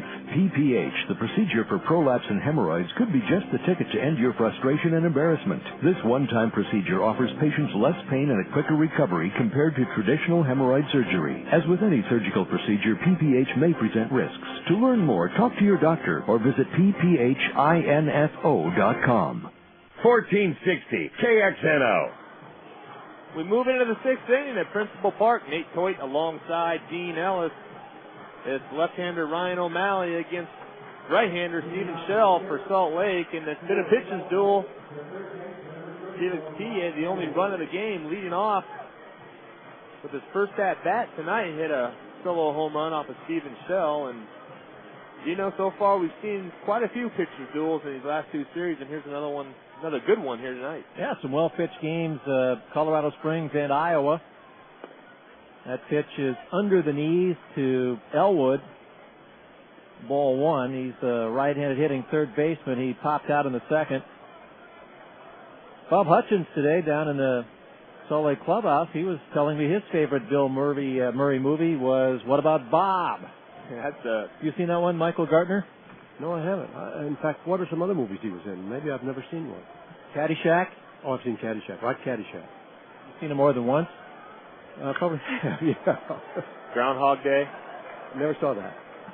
Line to left, base hit for Elwood. Of course, Ryan O'Malley, his Groundhog Day has been being perfect for about 5 innings, each of his starts. And there's a leadoff hit here in the 6th. The first Salt Lake base hit, first runner. 1-0, the Cubs ahead. Turned into a great night, hey, Michael? It is. I shouldn't have left where I was down there. What are you doing? They had a no-hitter there. I should have stayed where I was. Here's Lion Buddy. Buddy is 0 for 1. Elwood takes his lead, draws a throw. It's 1-0. It's a nail-biter between the Cubs and the Salt Lake Bees. Manager Harper, he can be aggressive. He sends some signs over to his runner, Elwood. Elwood does not have an attempted steal. There's a strike right down the middle. And Buddy is down 0-1. Joined by Michael Gartner, the principal owner of the Iowa Cubs. Are you pleased with the team photo today? I thought that you looked especially good in it, Dean, although I was a little bit upset that you went and stood right in the front row in front of the manager. Called strike, and it's now 0-2 on Buddy. Well, he asked me to do that. The way the team had been playing, he wanted to look like it was a broadcast picture, right? Leadoff base hit, Elwood. 2 strikes on Buddy. Smith on deck. They play for the double play in the infield. 1-0. Cubs ahead. Popped up right side, out of play. Buddy, good job just cutting down in the swing and protecting the plate. Ryan O'Malley tonight for the Iowa Cubs. Perfect through 5. Elwood with a soft line drive hit to left to begin this 6th inning. He's at first base. Jeff Beardorf holding him on. And the 0-2 to Buddy again is low for ball 1. 1 ball, 2 strikes. You been to Ireland, Michael? I have. I've been to Ireland 2 or 3 times. I love Ireland. Absolutely beautiful. Love the people. Love the countryside. Love driving around there. Love Dublin. It's a great, great nation. Popped up right side. This one near the line. Pursued by Buck Coates. Makes the catch just as he got to foul territory. A tough catch because he was down there near the bullpen mound. And that is out number 1. Not a bad at bat for Buddy. Kept battling, but flies out to right. 1 out, 1 on. And the batter will be Casey Smith. Casey struck out swinging in the 3rd. So you've been to some Irish pubs? I have been to some Irish pubs. I've toured the Guinness beer factory. I've seen a lot of Ireland. I love Ireland. 1 out, 1 on. Cubs ahead 1-0. Left-hander from the stretch, the pitch. Popped up by Smith. This one into right center field. To his left, Felix Piet's under it. The catch made. That's out number 2. Leadoff single, but Elwood is still at first base with Salt Lake batting in the 6th inning, and the batter will be Reggie Willits. Willits has grounded out twice. Now, Nate would know this. Is the alcohol content greater over in Ireland than it is here in the States? I know you know from Canadian experience that it's... I just was going to say, I can't be positive on the Ireland experience. Your I've never memory been there, but I do know for a fact that the beer, that the alcoholic content in beer in Canada is higher than the United States. Of course, Michael knows a lot about Canada, but how about that alcoholic content over in Ireland? Well, I don't know about that, but I'm not so sure Nate is right. When I was in college, and I don't drink now, but when I was in college, I had an occasional beer, and we drank something called Heilman Special Export, and that was like 7% or something like that. Really? They still make that? Yes. On the internet, you can get everything. Ball 1 on Willett. 7%, huh? Was that before finals? There's a pitch by O'Malley. Jammed him. Pops up, after file. Foul out of play. 1 ball and 1 strike. That guy, I think that might have been Rich Gilman. Did he get that ball? No, I guess not. Maybe that was Rich ducking. 2 out at first base. Elwood 1-0. Cubs have a lead on Salt Lake, and 1 ball, 1 strike on Reggie Willits. So you drank a lot in college? I didn't say that, Dean. I said I'm asking that. I said I would have an occasional beer. I've never drank a lot. He got it. Throw down to second. The ball rolled away from Giovanni Soto. The runner Elwood took off, and he's thrown out by Soto. And that ends the inning. Soto down to second base. Elwood, that will go to Cott Stealing, and that ends the top of the 6th, and still the minimum number of batters for Ryan O'Malley through 5.5 here at Principal Park. It's the Cubs 1, Bees 0, and Michael Gartner, how many hot dogs? I had $2 hot dogs tonight, and I bought a $1 hot dog from my friend Susan Voss, who sang the national anthem, so I added $3 to the coffers here tonight. On that note, you've been listening to Iowa Cubs baseball. Back with more in a moment on KXNO. Some things never change, like America's love for baseball, hot dogs, apple pie, and Chevrolet. In fact, more Americans choose Chevy than any other brand. Now you could drive a Chevy, too, with the Iowa Cubs Hit a Home Run HHR giveaway. Sign up for your chance to win a brand new Chevy HHR. Then cheer on the Iowa Cubs because for every home run hit at Principal Park, another winner will be chosen to go on to the finals. Visit moreiowans.drivechevy.com to register and for official rules. No online entry or purchase necessary. Void where prohibited. Chevy, baseball's #1 fan. Fitness World West, Des Moines' premier fitness center, is celebrating their 20th year anniversary. Join this month and receive the special anniversary promotion of 50% off the joining fee, 1 month unlimited tanning free, and get a free fitness and health evaluation and personal training orientation. Stop by and see all the extras that make Fitness World West the most complete, friendly, and comfortable place to exercise. Find Fitness World West right across from Valley West Mall or call 223-5111. Get more out of life at Fitness World West, 223-5111. Hey Cub fans, another exciting season of Iowa Cubs baseball under the lights is made possible by Iowa's own Musco Lighting. Musco Lighting is a world-class leader in sports lighting. Musco specializes in permanent and temporary lighting services, including major and minor league baseball stadiums across the country. Musco Lighting also makes sports lighting happen around the world, from NASCAR super speedways to Olympic Games to hometown Little League fields. Supporting the Iowa Cubs, Musco Lighting, a world-class leader in sports lighting. 1460 KXNO. Back here at Principal Park, it's Iowa Cubs baseball. The Iowa Cubs lead it over Salt Lake 1-0. It's our U.S. Cellular call to the bullpen. Brings in number 38, Nathan Bland for Salt Lake Bees. Bland, an ex-Iowa Cub, 0-2 with a 6.75 ERA. Making his 6th appearance for the Bees. 9 in the third inning, 15 hits, 7 earned runs. He has allowed 2 home runs in those 9 innings. 5 walks, 2 strikeouts, and opponents are hitting .341 against Bland.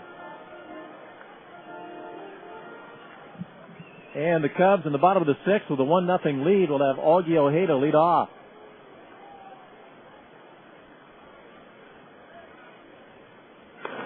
And Augie takes a strike. He's batting right-handed now. Augie's flied out twice to right and center. 5 innings for Shell, 2 hits, a run that was earned, walked 3, struck out 3, 11 flyouts and 0 ground outs. That one is low for a ball. How about a whole game with no ground outs? That's a rarity. I'm pretty sure I've never seen anything like that before. Well, unless it's a no-hitter. Certainly that one made pitching. No. Here's a foul ball, strike 2, 1-2 on Augie. Buckcoats on deck, and then Michael Restovich. What do you mean if it's a no-hitter? You can get 27. Right. Yeah. Agreed. A lot of strikeouts, like Kerry Wood's 20 strikeout game. Outside. 3-1 the count, 3 balls and a strike. 1-0 and a Felix PA home run. Nate Bland just in the game, the windup and the pitch. Strike, and now it's a full count. 3-2 on Augie Ojeda. This umpire strike's going to last a while, Michael? Well, it appears to be. I mean, the negotiators accepted a deal, and the umpires turned it down, and I don't think anything's happened since then. Somebody's going to have to get back to the table. It's just going to... Hard ground ball to third, fielded by Elward, and the throw to Morales for the out to retire Augie Ojeda. That's how we begin the bottom of the 6th inning. It's a 1-0 Iowa Cub lead as we visit here at Principal Park with Michael Gartner of the Iowa Cubs. If they don't go back to the table, we'll just go on this way. And we've got these replacement umpires now who seem to be doing a good job. You ever umpired a game? Like a softball or whatever? Yeah, I have, as a matter of fact. Umpired a couple of games. I was pretty good, except when somebody would throw a fastball and I'd start to duck. There's ball 1, 1 out, nobody on, and a grounder foul right side, a strike. 1 ball, 1 strike, and Buck Coates. Well, we know Sam Burnaby has been an umpire. I have not been an umpire, nor do I care to be an umpire ever. 1-1 on Buck Coates, who was walked and flied out. Michael Restovich on deck. The pitch by Nate Bland. Dropped down a bit on that one. Popped up right side. And this is lefty against lefty, so nearly sidearm. And this one will be out of play for strike 2. 1 ball, 2 strikes. Sam, what'd you think of Michael's book?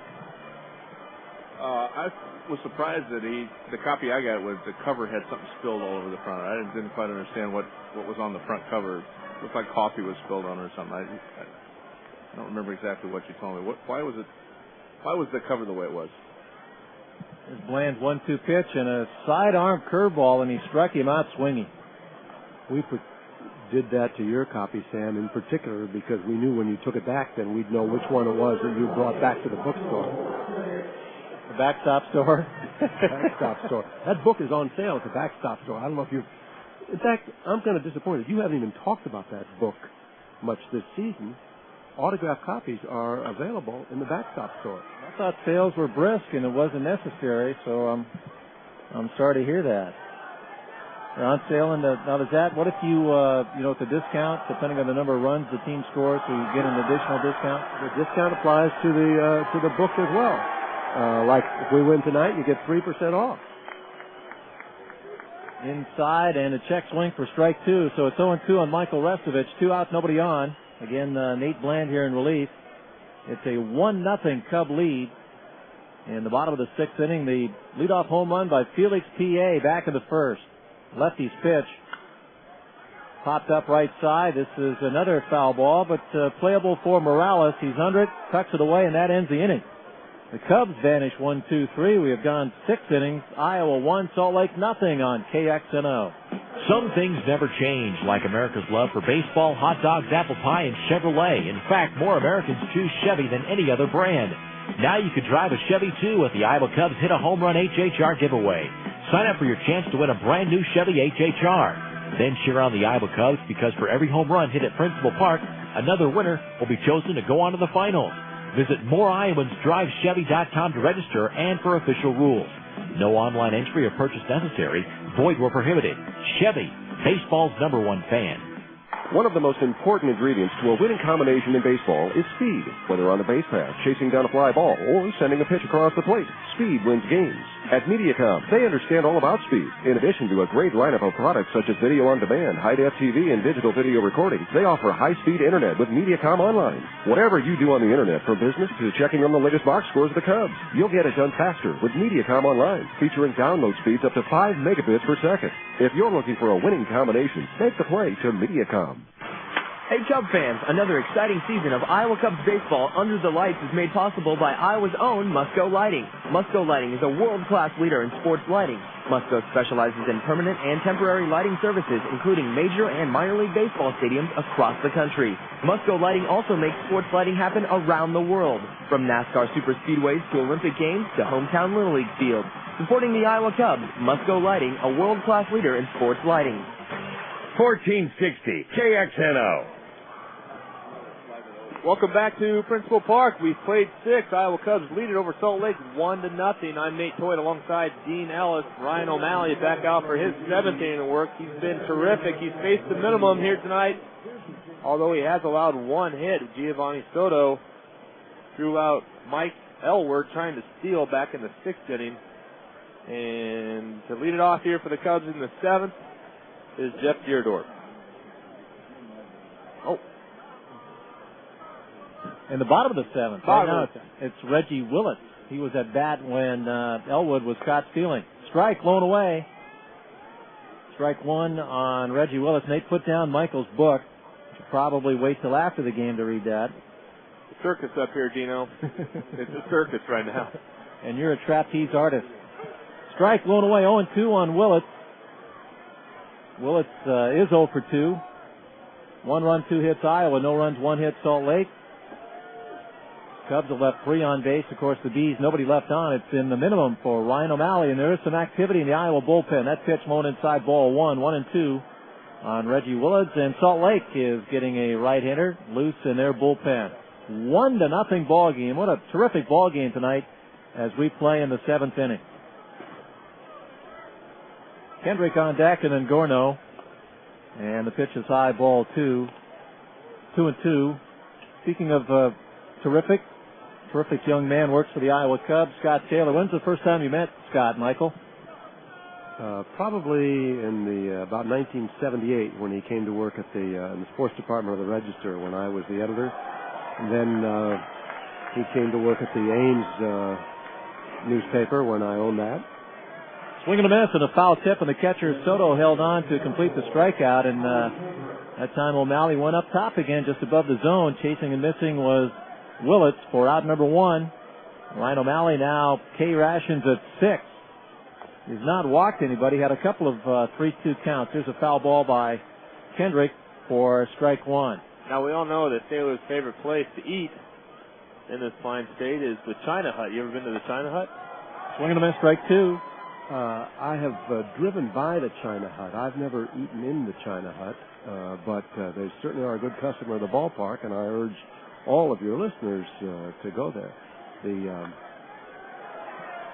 A foul ball right back near us off to the right, and the count remains no balls, 2 strikes on Howie Kendrick. 1 out, nobody on in the 7th, 1-0, a Cub lead on the Felix TA home run. Gorno on deck, and O'Malley back to the plate at 0-2. Swing and a miss. Once again, he expanded the zone up and away, and Kendrick chases and misses. 7 strikeouts for Ryan O'Malley, and he has struck out Willits and Kendrick back-to-back, but Gorno's a right-handed hitter, and manager Mike Quade going out to the mound. That appears to be a cellular phone in his hip pocket, and he does motion to the bullpen. He'll bring in the right-hander to face the right-handed hitting Nick Gorno. So we'll take a break right here. 2 outs, nobody on base in the 7th. Iowa 1. Salt Lake no score, and the U.S. Cellular call to the bullpen, this time out on KXNO. It's 3 in the afternoon, and once again you're at the Coke machine. But the Coke machine sounds a little different today. You wonder if the Coke is stuck. You wonder if you're going to have to show the Coke machine a little tough love. You do not have to show the Coke machine any tough love. Be patient. He knows you're a regular, and he's trying to find that special Coke that's right next to the refrigeration unit and a little cooler than the rest. See? He likes you. Not even the luckiest guy in the world will go through life without the delivery guy forgetting his Coke. But we can't blame them. Their title is pizza delivery guy or Chinese food delivery guy, not Coca-Cola delivery guy. You'd be way more shocked if they remembered the Coke and forgot the fried rice. So give the guy a break. He's worked 4 pro football seasons, 3 NCAA March Madness tournaments, seen the rise of NASCAR and the blizzard of 2002. We should be offering him the Coke. At Ford, we believe leaders are just more driven. Like the all-new Midwest Limited Edition Ford F-150 with switch-on-the-fly 4-wheel drive, a 5.4-liter V8 tow-and-go package. Plus, is E85 alternative fuel capable at no additional charge. Lease one today for $229 a month. See your local Ford dealer today. 24-month lease with $27.99 due at signing. Excludes taxes, title, license, registration, and acquisition fees. Not all buyers will qualify. Take new retail delivery from dealer stock by 5/31/2006. See dealer for complete details. 1460 KXNO. The U.S. Cellular call to the bullpen brings in David Aardsma for the Iowa Cubs. Aardsma 1-0 with a .66 ERA. This is his 10th appearance. He does have 2 saves, 13 2/3 innings, 8 hits, only 1 earned run, 3 walks, 17 strikeouts. Opponents are batting 170 against David Aardsma. Nick Gorno faces him. 1-0 Cub lead in the 7th. 2 outs, nobody on. Right-hander against right-hander. Pitched by David is blown outside at 91-mile-per-hour fastball, ball 1. And they are deep in the outfield, playing to right by a couple of steps. Third baseman McGee guarding the line. Swing and a miss at a fastball low and in, and the count 1 ball, 1 strike on Gorno. Salt Lake again leading the league in runs scored. They have been shut out this season. They're losing tonight 1-0. First 2 games of the series, they had 29 hits. Called strike, and the count 1-2 on Gorno. David Aardsma going after the right-handed hitting right fielder with his fastball here on this at-bat. 2 outs, nobody on. 1-0 Iowa. The pause, the pitch. Fastball up and away. Didn't miss by much. Ball 2, 2-2. That one was 93 miles an hour, and that's on the slower gun, speed pitch gun here at Principal Park. David reloads. 2-2 pitch. Ground ball on the right side to his left. Mike Fondo, the fielding play, throws to Jeff Dierdorf. They retire Gorno and the Bees. It's a 1-2-3, top of the 7th. They'll stretch here at Principal Park. It's the Cubs 1, Salt Lake Bees nothing. And this is Iowa Cubs baseball on KXNO. Looking for a hot deal on a cool apartment? Call Signature Place at 515-226-2100.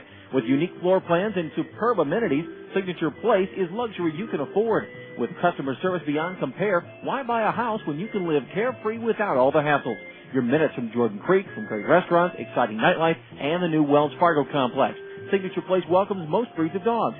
Ask about current specials at 515-226-2100. Signature Place and the Iowa Cubs. What a team. Why wait for someday to make the most of your most important investment, your home? The Wells Fargo SmartFit Home Equity Account lets you secure a low initial fixed interest rate for a term that you choose. It's only at Wells Fargo, and you can get an interest rate discount when you make automatic payments from your Wells Fargo checking account. Why wait for someday? Call, click, or stop by and ask about the SmartFit Home Equity Account today. Wells Fargo, the next stage. Wells Fargo Bank, N.A., member FDIC, equal housing lender. Hi, I'm Papa John, and when I say better ingredients, better pizza, I'm not talking about a little better. I'm talking about a lot better. Let's talk about our pizza sauce. It's made from fresh, vine-ripened tomatoes, not from concentrate. And when it comes to ingredients, we select from the world's best. Better ingredients, better pizza, Papa John's. A lot better. Call your neighborhood Papa John's today and ask for the Home Run Special, a large, thin, or original crust pizza with up to 3 toppings for $10.99. Just $10.99. 1460 KXNO. Now we head into the bottom of the 7th inning here at Principal Park with the Iowa Cubs leading it 1-0 over the Salt Lake Bees. Nate Bland back out for his second inning of relief. I'm Nate Toit alongside Dean Ellis. And now we'll have Jeff Deardorff, Casey McGee, and Mike Fontenot for the Iowa Cubs in the bottom of the 7th inning. And the meat of the order brought to you by Iowa's beef producers. Beef, it's what's for dinner. Right-handed hitter. Jeff has popped out and walked. He does have that 3-game hitting streak. Curveball dropped in there for a strike. Boy, Nate Bland, he was impressive in the 6th inning. Dropped down to Buck Coates. Lefty against lefty, struck him out. Pitch inside a ball. Not that easy to do, Nate Toit, to change your arm angle.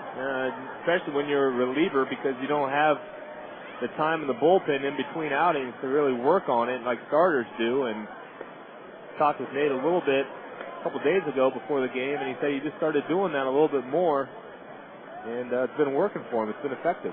He went low and away there for a swinging strike. 1-2 on Jeff Deardorff. Back inside, ball 2. 2-2. We are in the bottom of the 7th inning. The Cubs ahead 1-0. Deardorff, McGee, and Fontenot, the 5, 6, and 7 hitters for the Iowa Cubs. The only run, a Felix Ba home run. Here's a drive to deep left field, that hanging curveball, but Clyde is back and he makes the catch. 2 steps from the warning track. Jeff Deardorff flies out, and the batter will be Casey McGee. Casey 0 for 2.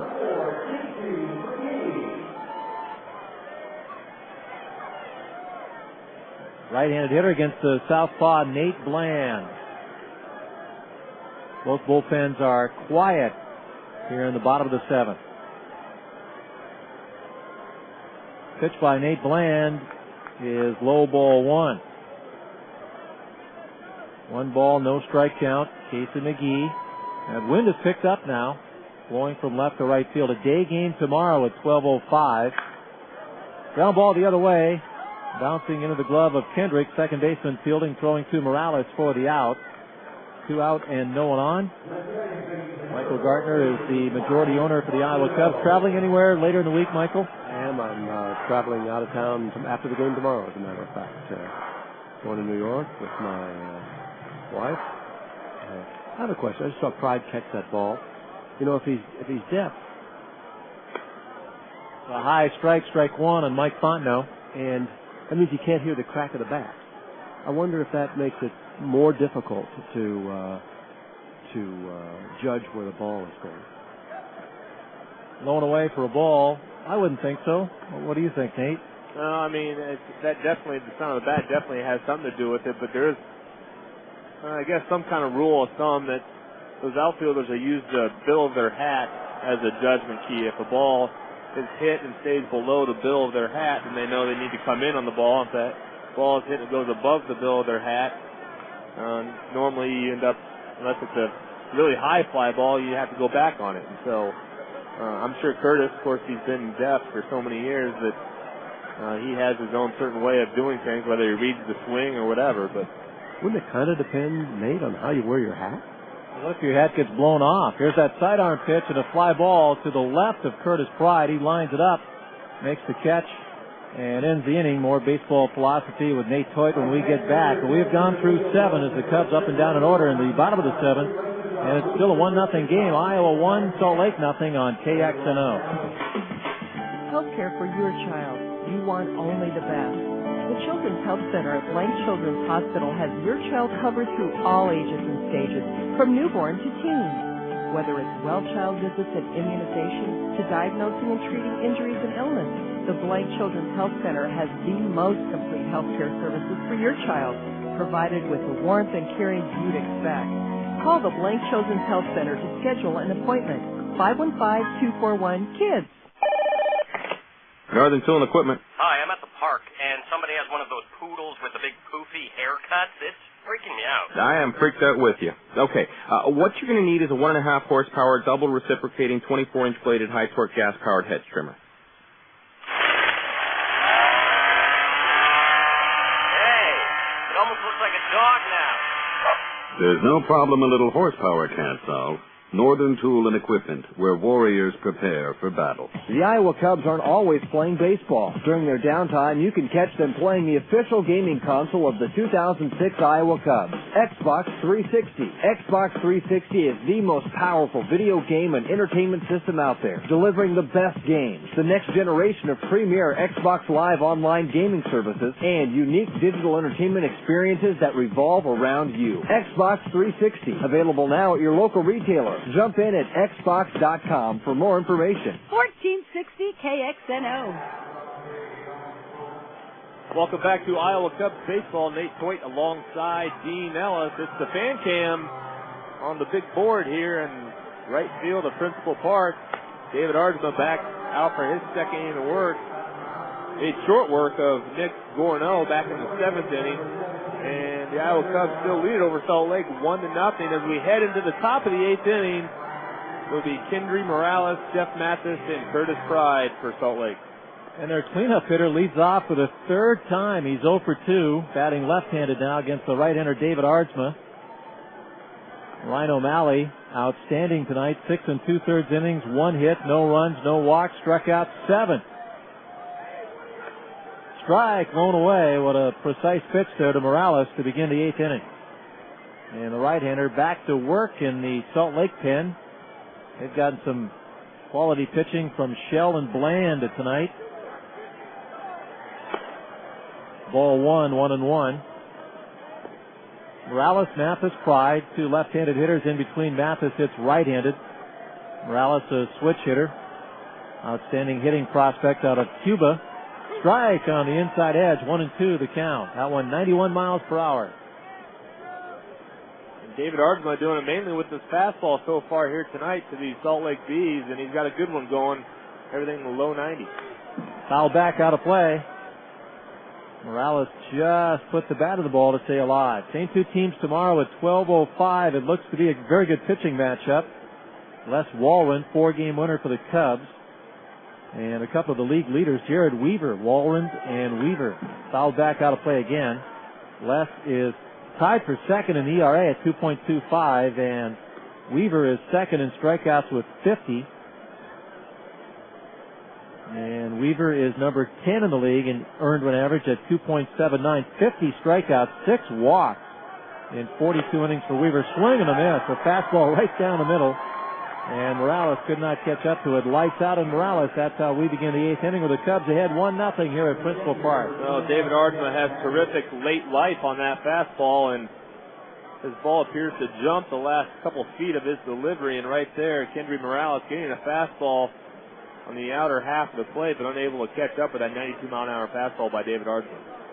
Jeff Mathis takes the heat for a strike. Mathis is flied out, popped out. 1 out, nobody on. They play to right field. They play deep. They'll give up the single, not the extra base hit. There's an off-speed pitch, dropped in there, a strike, and it's 0-2 on Mathis.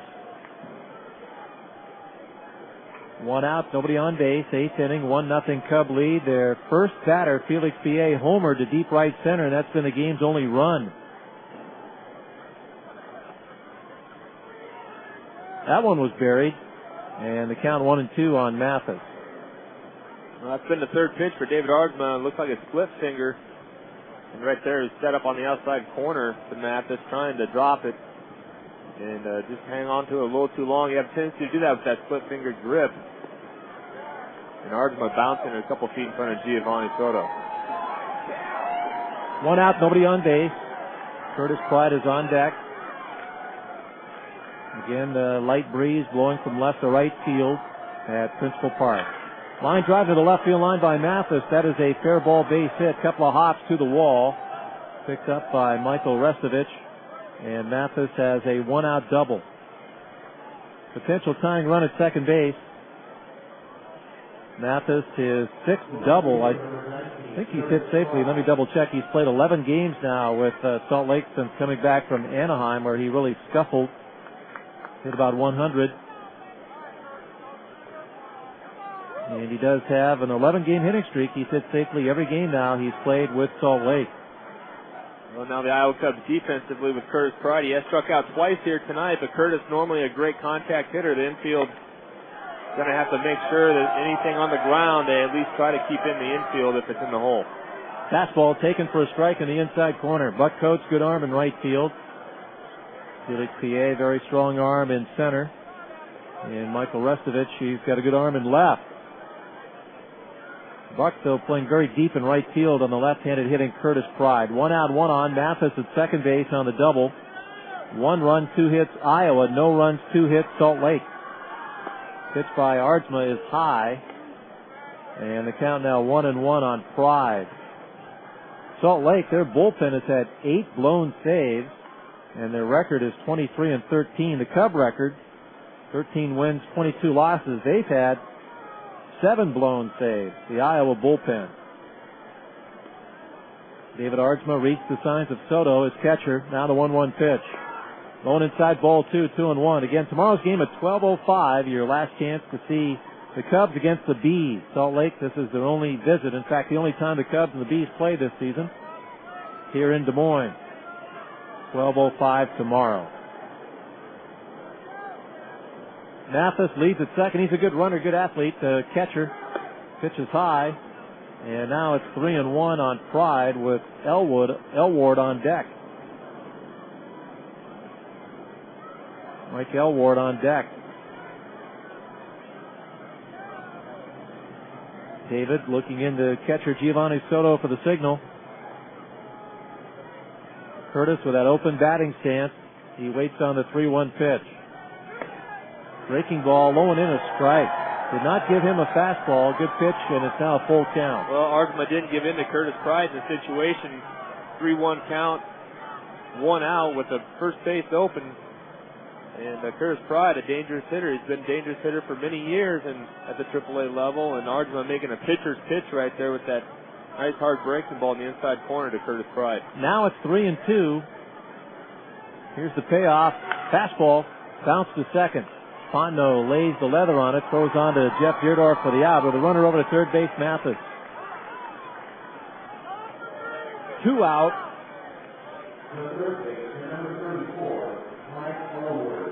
Mike Elward, only his 8th game with Salt Lake. Well, now the pressure falls on Giovanni Soto just a little bit. David Ardsma does have that split finger, so if they choose to throw that pitch to Elward in this situation, Giovanni's going to have to do a great job of keeping that baseball in front of him with the runner at third base. Elward was promoted from AA to AAA May 4th. Takes that breaking ball, low and away, strike 1. Down in the Texas League, he was batting .365. In fact, he finished with a flourish. He hit a home run his last at bat with Arkansas, then was called up. Fastball outside. Ball 1, 1-1. 2 out. Mathis at third. A 1-0 game. The Cubs ahead. Again, Salt Lake this season has lost a 1-0 game to Tacoma. the highest scoring team in the league. The Salt Lake Bees. There's ball 2, 2-1.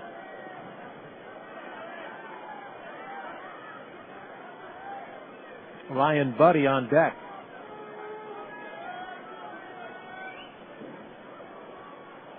Target away, and the pitch caught the outside corner. Strike 2. Now, David Aardsma has a very good fastball here tonight. Always does possess that good fastball, but it's exceptionally well so far tonight. He is moving around the plate. Very good control. I'd like to see him stick with that and stay away from the slider in this situation. Fastball called. Strike 3. A pinpoint pitch on Elward, low and away. That perfect location. Lights out on Elward, and they leave the runner at third base. No runs, a double by Mathis. In the middle of the 8th inning at Principal Park, it's the Iowa Cubs 1, the Salt Lake Bees no score on KXNO. It's your Midwest Ford dealers triple play event. 0% APR for 60 months, 0 down, and 0 maintenance cost for 2 years. For total savings of up to $8,800. On Focus, Freestyle, 500, Escape, Explorer, Expedition. Even the Bill Ford Tough Ranger and F-150 with total savings of up to $8,800. Get to the triple play event at your Midwest Ford dealer. Ford, bold move. Not all buyers will qualify. Take new retail delivery from dealer stock by 5/31/06. See dealer for qualifications and complete details. The Radisson Hotel Des Moines Airport is a smart choice for any Iowa Cubs fan. It's a great weekend getaway with all the amenities you would need. The Radisson Hotel is located on Fleur Drive with convenient access to downtown Des Moines, Principal Park, and the Des Moines International Airport. The Radisson Hotel offers a wide variety of packages for a relaxing romantic getaway or a memorable family weekend. Find out more about the Radisson Hotel at 515-285-7777 or on the web at radisson.com. Hi, I'm Papa John, and when I say better ingredients, better pizza, I'm not talking about a little better. I'm talking about a lot better. Let's talk about our pizza sauce. It's made from fresh, fine-ripened tomatoes, not from concentrate. And when it comes to ingredients, we select from the world's best. Better ingredients, better pizza, Papa John's. A lot better. Call your neighborhood Papa John's today and ask for the Home Run Special, a large, thin, or original crust pizza with up to 3 toppings for $10.99. Just $10.99. This is George Sedano. Join me weekday overnights from 1 a.m. to 5 a.m. for the third shift here on Des Moines Sports Station, 1460 KXNO Des Moines. The Iowa Cubs looking for some insurance here at Principal Park. We head into the bottom of the 8th inning. It's our U.S. Cellular call to the bullpen. Brings in right-hander Marcus Gwynn. Gwynn making his 12th appearance for Salt Lake, has a 5.74 ERA. U.S. Cellular reminds you, Easy Edge is the perfect way for the fan on the go to be kept in the loop with up-to-the-minute scores, game, and player stats. Plus local weather and news all right on your cell phone. Stop by your local U.S. Cellular store and activate your own line. U.S. Cellular, we connect with you. Giovanni Soto leads off.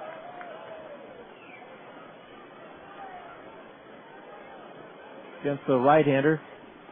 Gwynn his 12th game. Pitch is outside, ball 1. Gio has flied out a couple of times.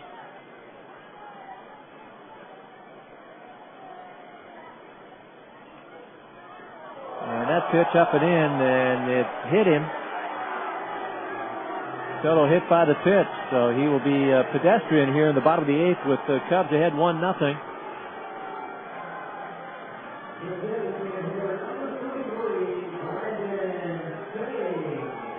Not sure if that got him up in the shoulder or where, but he nonchalantly trots down to first base.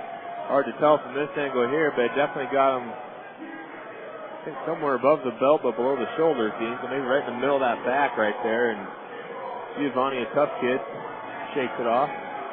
Brendan Singh, the batter, the DH. Let's see if he bunts. Elward, suspicious at third. The pitch by Gwynn bounces past the catcher Mathis, and the runner moves up. So Gwynn is wild.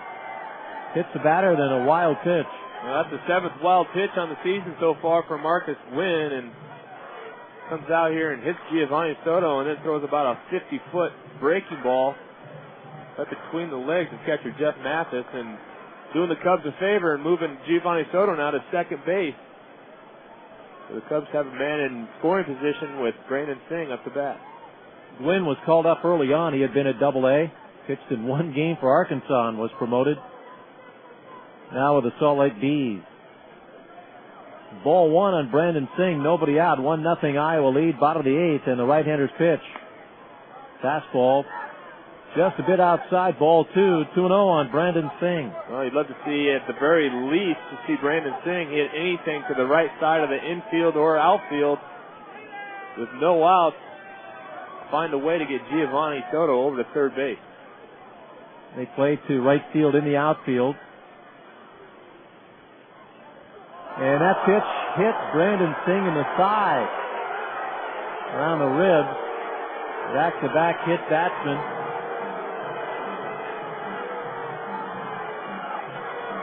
Nobody throwing in the Salt Lake bullpen. Here's just one of those situations. Gwynn by no means trying to throw at these Iowa Cubs hitters for any reason at all. Just struggling to find his release point right now. Can't find it on the fastball. And we've only seen one breaking ball out of Gwynn, and it went about 50 feet. So Marcus Gwynn definitely struggling with some control problems and possibly some mechanical problems here in a pretty tight game here, 1-0. So Salt Lake going to get busy and get somebody going in that bullpen. And Mike Quaddy will send in a pinch runner for Brandon Singh. Adam Greenberg at first base, Giovanni Soto at second base. Felix P.A. the batter. Felix a home run and 2 strikeouts. He's 1 for 3. The game's only run, his first inning Tater. 1-0 in the bottom of the eighth. Gwynn walking around on that mound. And now he'll visit with Elward at third base, going over the defense for the Salt Lake Bees. And I thought I saw Michael Wirtz get up in the Iowa bullpen. He might be just waiting for maybe an out to be recorded. Again, they anticipate a bunt at first and third. Pickoff throw to second, nearly went into center field. Saved by Kendrick. Reaching around the runner Soto, and he short-hopped it. Or nearly a throwing error on Gwynn. I think you're taking a chance with Gwynn putting on that pickoff play at second base. We haven't seen him be able to find the strike zone, let alone whirl and turn to second base for a pickoff play. So if you're Felix P.A. right here, you got to be very patient in this situation and see if Marcus Gwynn can find the strike zone. Nobody out, 2 men on, back-to-back hit batsman. P.A. to bunt, and he steps away from a pitch low inside, ball one. Couple of pitching lines on the Salt Lake side. Steve Shell, 5 innings, 2 hits, a run that was earned. He walked 3, struck out 3. Nate Bland, 2 innings, no hits, no runs, no walks, and a strikeout. And now it's Marcus Gwynn. He's faced 2 batters, has hit 2 batters, and thrown a wild pitch. And then ball one on Felix P.A.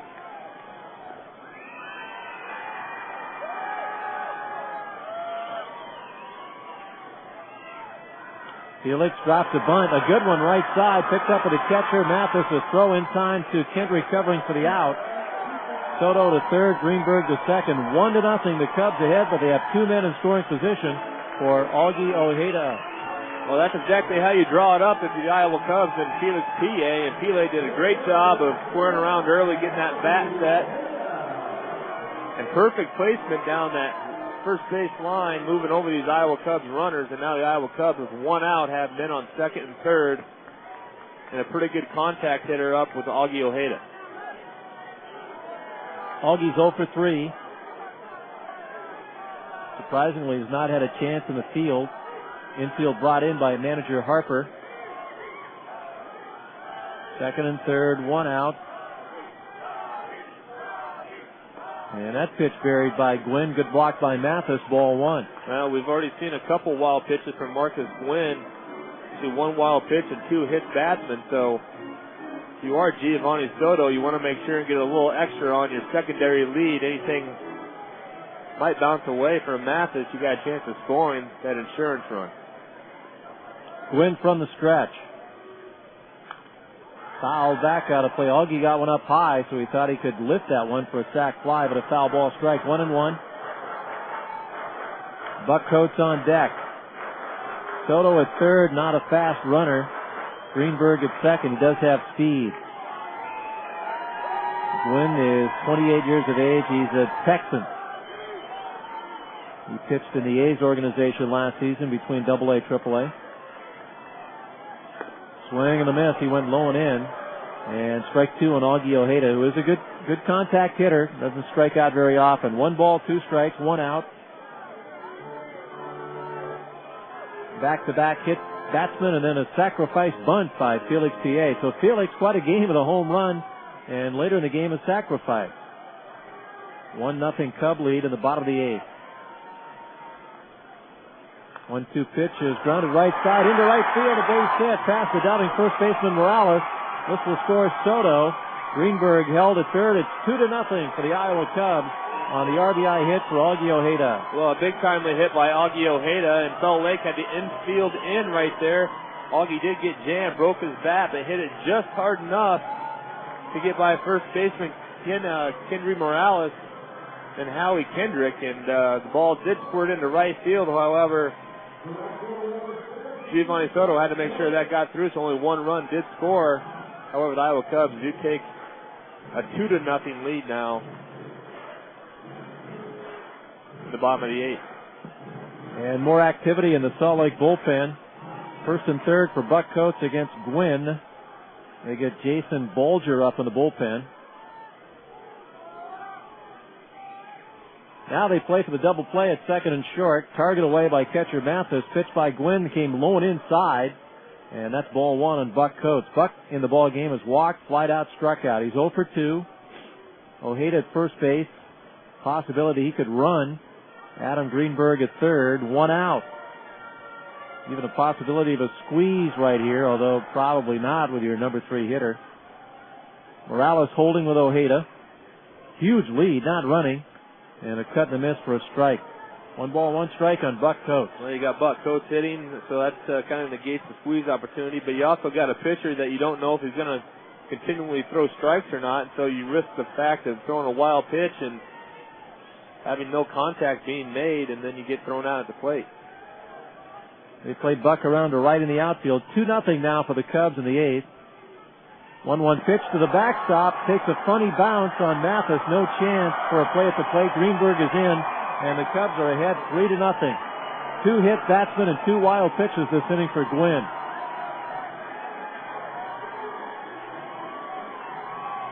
Now, for whatever reason, Marcus Gwynn really struggling with his release points tonight. Let that one fly. That was supposed to be a fastball inside on Buck Coates, and that ball clearly got away from Marcus Gwynn and was to the right of the right-handed hitter's batter's box and hit the backstop on the fly.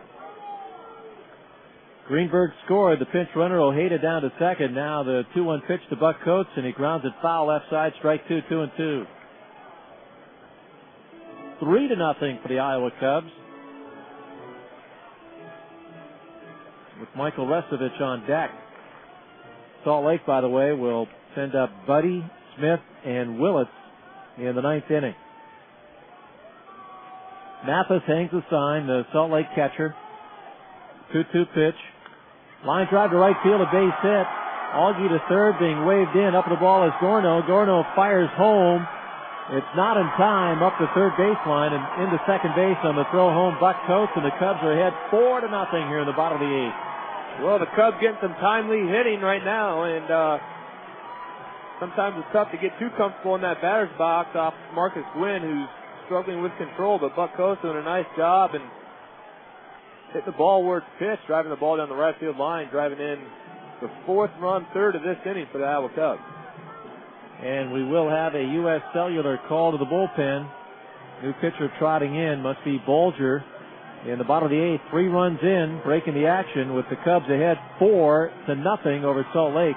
We'll be back after these announcements on KXNO. The secret behind a beautiful yard starts with a new 100 Series John Deere mower from the Van Wall Group. The new lineup includes the 17-horsepower 5-speed John Deere 102, up to the 25-horsepower automatic 190C with a 54-inch deck. These lawn tractors are as versatile as they are comfortable, with features such as the fast-attached cargo mount system for implements, or the edge cutting system, which lets you switch from side discharge to mulching or bagging in just seconds.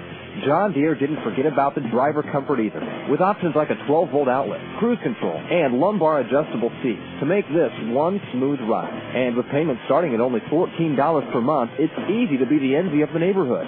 Visit your local Van Wall Group store in Ames, Ankeny, Colfax, Des Moines, Madrid, Nevada, Perry, Story City, and Urbandale. The Van Wall Group, where service is the key to a great relationship. Introductory low payments for 12 months, followed by payments of 3% of the amount financed. Offer ends July 31st, 2006. See store for details. For a refreshing change from the ordinary hotel, make your next stay in Des Moines the most enjoyable ever. Stay at the Wildwood Lodge, located just off the University exit of I-8035. The Wildwood Lodge is now offering a special Iowa Cubs package for 2 or 4 fans. The package includes hats, tickets to the game, concession dollars, and lodging, starting at only $129. Only 15 minutes from Principal Park. The Wildwood Lodge. Call 1-800-728-1223 or go to wildwoodlodge.com. 1460 KXNO. A U.S. Cellular call to the bullpen. U.S. Cellular, we connect with you. The hard-throwing right-hander is Jason Bolger. His 14th game, 1 win, 1 loss, 3 saves and 4 chances. There's a swing and a miss, strike 1 on Michael Restovich. A 1.06 ERA with 24 strikeouts and 17 innings of work. The league batting 164 against him. His whip is .88. Bolger, just 5 walks, 15 hits, and 17 innings. Pumps in, strike 2, 0-2 on Michael Restovich. Good fantasy player, Gene. Better pick him up. 4-0. The Cubs ahead. Bottom of the 8th, 3 runs in. Buck Coates walks away from second, only 1 out. Michael Restovich, the batter, with Jeff Deerdorf on deck. Michael, by the way, with that 10-game hitting streak, 0 for 3 tonight. Breaking ball alone in for strike 3. What a nice pitch there.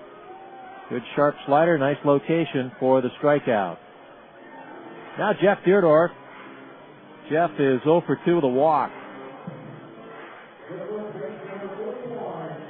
3 runs in as Gwynn, extremely wild. He hit Soto and Singh back-to-back with a wild pitch in between. Felix Thier sacrificed the runners over. Augie Ojeda drove in a run with a single, another run on the wild pitch. Buck Coates RBI hit, chasing Gwynn. Bolger with a fastball high inside to Jeff Deerdorf, 92 miles an hour, ball 1.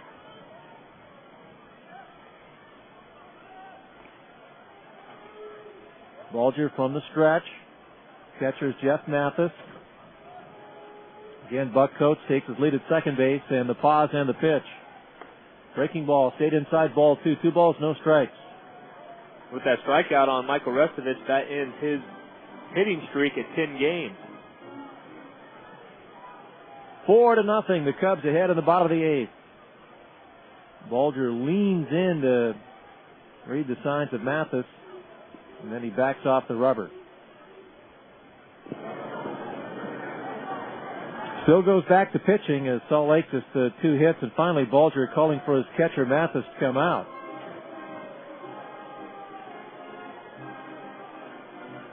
Ryan O'Malley tonight, he was superb. 6 2/3 innings, 1 hit, no runs, no walks. He struck out 7.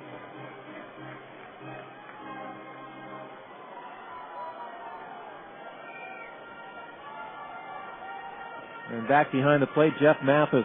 2-0 the count, 2 out. Jeff Deerdorf, the batter, with Buck Coates at second base. And the Cubs a 4-0 lead.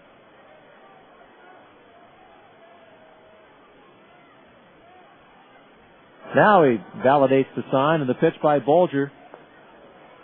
Fastball is downstairs, ball 3. 3 balls, no strikes.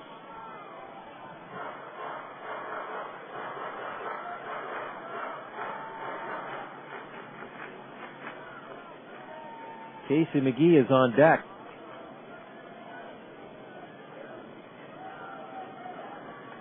inside, ball 4. The Cubs have 2 men on base for Casey. He's had to borrow some bats tonight. He broke somebody's bat. Broke all of his and then had to borrow bats and broke one back in the 7th inning, I believe, on that ground ball. Casey 0 for 3. He's the 8th batter this inning. 3 runs in. Just a couple of hits, a walk and 2 hit batsmen. Bulger to the plate. Breaking ball, and he bends it in there, strike 1.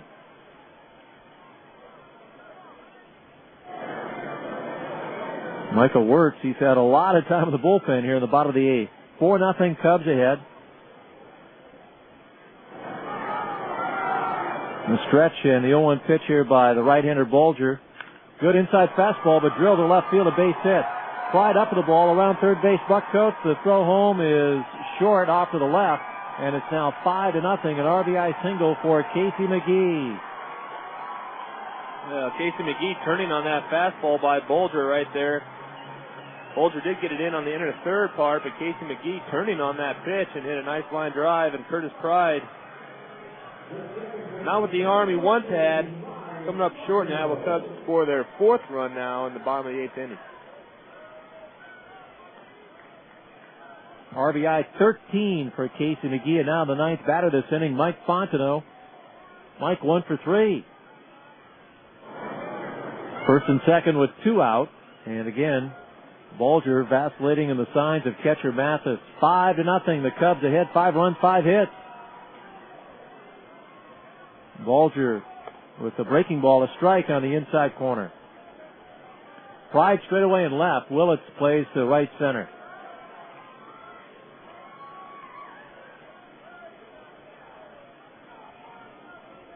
The right-hander up a strike on Mike Fontenot.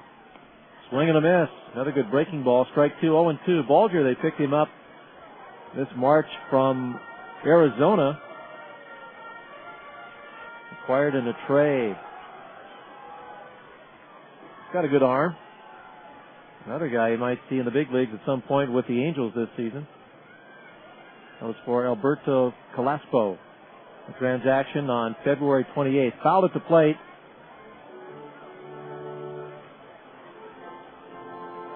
Oh, 2 the count, 2 out. Calaspo, a pretty good prospect, but the Angels are very strong at shortstop, second base when it comes to their minor league system. We've seen that right here with Salt Lake. Again, Fontenot, the 9th batter this inning. 4 runs in, 2 hit batsmen, a walk, and 3 singles. And Bulger taking his time. Almost like he's getting married after the game. A little deliberate out there. Now he's ready, the 0-2, and it's up and away, ball 1, 1-2. Bulger displaying some great stuff here tonight. 94 miles an hour on that fastball, but perhaps his most effective pitch has been that sharp overhand curveball, Dean, that he throws about 78, 80 miles an hour. Breaking ball lined up the middle, softly into center field, a base hit. Jeff Gerdorf will round third and score to make it 6-0. Mike Fontenot poked it off the end of the bat for an RBI single, his 5th run batted in. And now Giovanni Soto will hit for the 2nd time.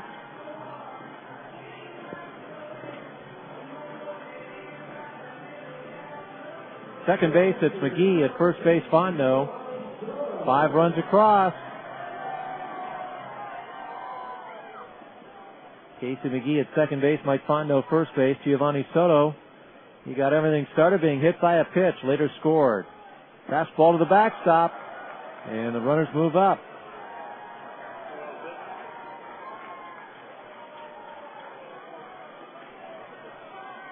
Gwynn pitched a third of an inning, 2 hits. 2 hit batsmen, 2 wild pitches, 4 runs off him, all earned. And now Bulger is struggling, maybe for the first time this season when you look at his credentials. ERA was 1.06, had given up only 3 runs, 2 earned runs in 17 innings. He had hit 3 batters. and only his second wild pitch of this season as well. So far tonight, Marcus Wynn and now Jason Bolger struggling to find their release point and struggling with the strike zone. Looks like the pitching coach, Charles Nagy, went out there, the former Cleveland Indian great. And he's back in the dugout. McGee at third base, Fondo at second base. Breaking ball caught the inside corner, a strike. 1 ball, 1 strike. Giovanni Soto, we mentioned he was hit by a pitch earlier this inning. He's also flied out a couple of times, 0 for 2.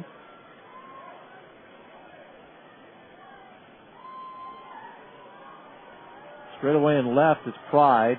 Center fielder Willits plays to right center.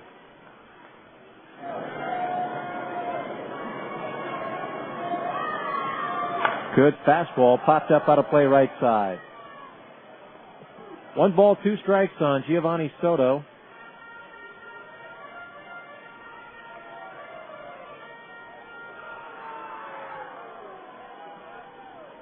Once again for the Bees in their 9th inning, Buddy, Smith, and Willits.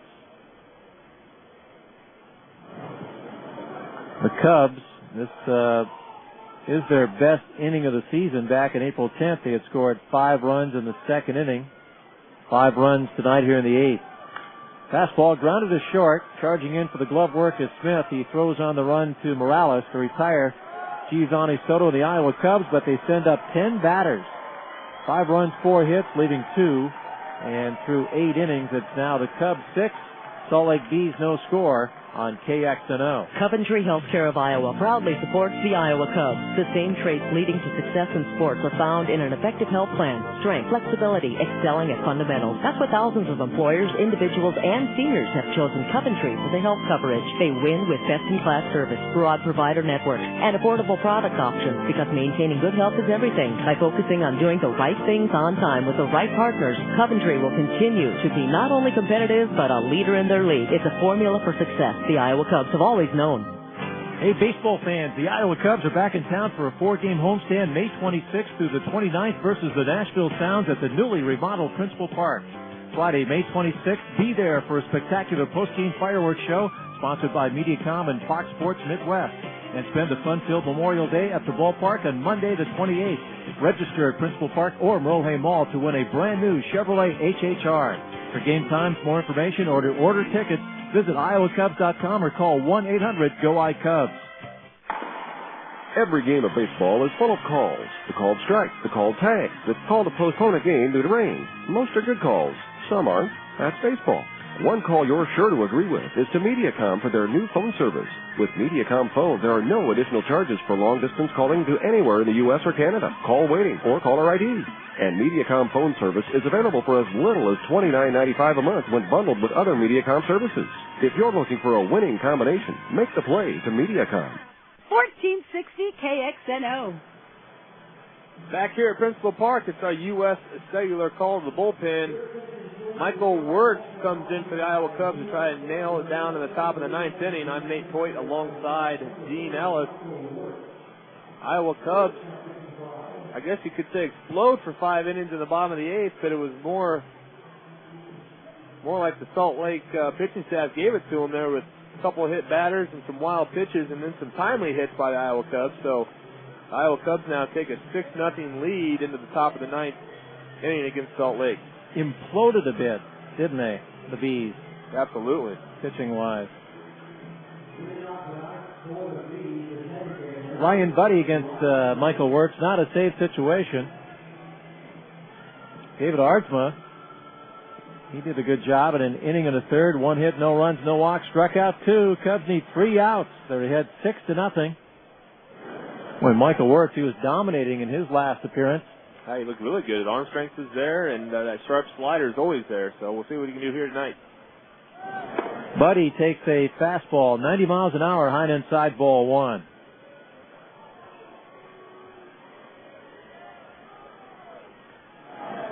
Could be another candidate to be called up at some point, Michael Wirtz. There's another nice fastball, and that one a strike in the inside part of the plate, 1-1. Buddy in the ball game is 0 for 2, popped out, flied out. He's the DH. Swing and a miss. The breaking ball blown away. Strike two. He was swinging at a fastball, but he didn't get it. Well, and that slider by Michael Wirtz, the way that comes out, it is a hard slider, 84, 85 miles an hour, so not much different than his fastball, but it has that late tilt break to it that hitters just can't seem to recognize. That pitch blown away, blocked by Soto, ball 2-2-2. Salt Lake, of course, did not have a runner until Elwood led off the sixth with a single, and the only time they've had a man to second base and third base, Mathis, with a double in the eighth. Of course, at that point, it was a 1-0 Cub lead. Felix P.A. led off the bottom of the first with a home run, and the Cubs have tallied 5 in the bottom of the eighth for a 6-0 lead in the ninth. Good fastball, strike three. Buddy looked at the menu, decided not to order. He wears that capital K back to the dugout. He might have been thinking that time slider, but it was a fastball. Well, he swung through that first slider by Michael Wirtz, and then Wirtz just did cut the other one off, bounced it, but right there he put that fastball exactly where he needed to on the black, and Ryan Buddy caught looking there to get the first out in the ninth. Now the number 9 hitter, Casey Smith, he struck out, flied out. And he takes a pinpoint fastball blown away, 91 miles an hour, strike one. Well, maybe Michael Gardner went down there and adjusted that gun. Good heat. David Artsma, now Michael Wirtz. Outside, ball 1-1-1. They play to right in the outfield. 6-0 for the Cubs. 6 runs, 6 hits. Salt Lake, again, leading the league in runs scored, but stifled by Cubs pitching tonight. Fouled at the plate. Strike two, 1-2 on Casey Smith with Reggie Willits on deck. Well, we've seen Michael Wirtz's arm strength get better and better every time he's taken the hill here for Iowa since being demoted from Chicago, and right now his arm strength appears to be about where it was last year when he was in Chicago the whole year, running that fastball up around the 90-92 miles an hour area, but of course it's all about his slider, and it's one of the best around, and that's why Wirtz is so successful. That one sails high, ball two, that fastball. 2-2 the count. One out, nobody on base. A 12:05 matchup tomorrow. Les Walren going for win number 5 against Jared Weaver of Salt Lake. Both in the top 10 in ERA. Here's a one-hop ground ball the other way. Bad hop past Jeff Deerdorf. And a base hit to right for Smith. Well, Casey Smith will take that, and it's one of those that Jeff Deerdorf thought he had lined up, and it was a ball that was pretty much pool cued off the end of the bat by Casey Smith down there at first base, and the ball took a weird hop as the spin took over when it hit the ground, and unfortunate break for the Iowa Cubs and Jeff Deerdorf right here. We thought he had it all lined up, and the ball just took a carom to the left when it hit the ground, so a lot of spin put on that baseball. He made a dive back to his right, couldn't stop it. Here's Reggie Willits. Willits is 0 for 3. Michael Wirtz obtained the sign. 1 out, 1 on, and now the pitch. Strike, low and in. 6-0, the Cubs ahead in the 9th inning. Buddy struck out looking. Smith with that bad hop single, and now Reggie Willits with Howie Kendrick on deck. That pitch down in the dirt for a ball, 1 strike. No game on Wednesday, by the way. We mentioned that game tomorrow at 12:05. And then the Cubs will travel west. Definitely will feel like the Pacific Coast League out in Fresno and Sacramento. 4 games at Fresno, 4 games at Sacramento. Here's the 1-1. Wirtz to Willits. Jammed him. Popped up on the left side. McGee going back, and he hauls it in. Third baseman with the catch on the dirt of the infield for the second out. So Salt Lake down to their last out. Here's Howie Kendrick. Kendrick is 0 for 3. Struck out a couple of times. The Cubs have got ahead of him. Ryan O'Malley got ahead of him and then expanded the zone, and he would chase and miss.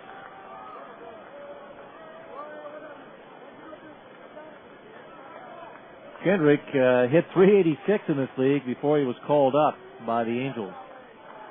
Swing and a miss, and a pitch away, strike one. Maybe his timing is off. as he went 3 for 26 with the Angels. Standing back down, struggling tonight. 2 out, 1 on. First baseman Deerdorf behind the runner, and the 0-1 outside, ball 1, 1-1. Outfield playing to right. Salt Lake, by winning the first 2 games of the series, they're guaranteed at least a split in this 4-game set. Fouled the backstop, and the count 1-2. Now the Buzzards are circling here because they're down to their last strike. 1 ball, 2 strikes, 2 out. 9 out of 10 series they play, they have been non-losing series. They've won 6, lost 1, and split 2 this season. And if Michael Wirtz can get this last out without a run coming across, this will be the first time all year that Salt Lake has lost a game by more than 3 runs. Swing and a miss. Lights out on Kendrick. Lights out on the Bees. You can slap a W on this one. Cubs win. Michael Wirtz, impressive again with a couple of strikeouts. No runs, a bat-off hit. 1 man left on base. A shortage of runners tonight for Salt Lake as Iowa blanks them. Iowa Cubs 6. Salt Lake Bees nothing. And stay tuned. The Extra Innings postgame show will be next here on KXNO. You've been listening to Iowa Cubs baseball. Stay tuned. The Extra Innings postgame show is right around the corner. Today's game has been brought to you by Coventry Healthcare of Iowa. Papa John's Pizza, available at Principal Park. Your Des Moines Metro Ford dealers: Noble Ford, Quality Ford, Stivers Ford, Charles Davis Ford, and Dewey Ford. By Wells Fargo. By Post Cereal and American TV Furniture and Appliance. Iowa Cubs baseball is also sponsored by U.S. Cellular, Musco Lighting, Blank Children's Hospital, Atlantic Coca-Cola Bottling, PPH, T-Galaxy, the Iowa Lottery, Signature Place Apartments, and Mediacom. Follow the iCubs all season long on Des Moines Sports Station 1460 KXNO. Broadcast rights for today's game are the property of the Greater Des Moines Baseball Company. Stay tuned. The Extra Innings post-game show is next.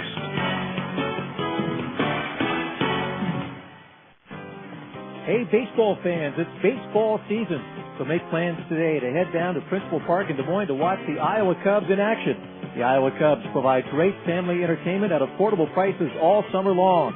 Principal Park is the perfect place to hold birthday parties or group outings.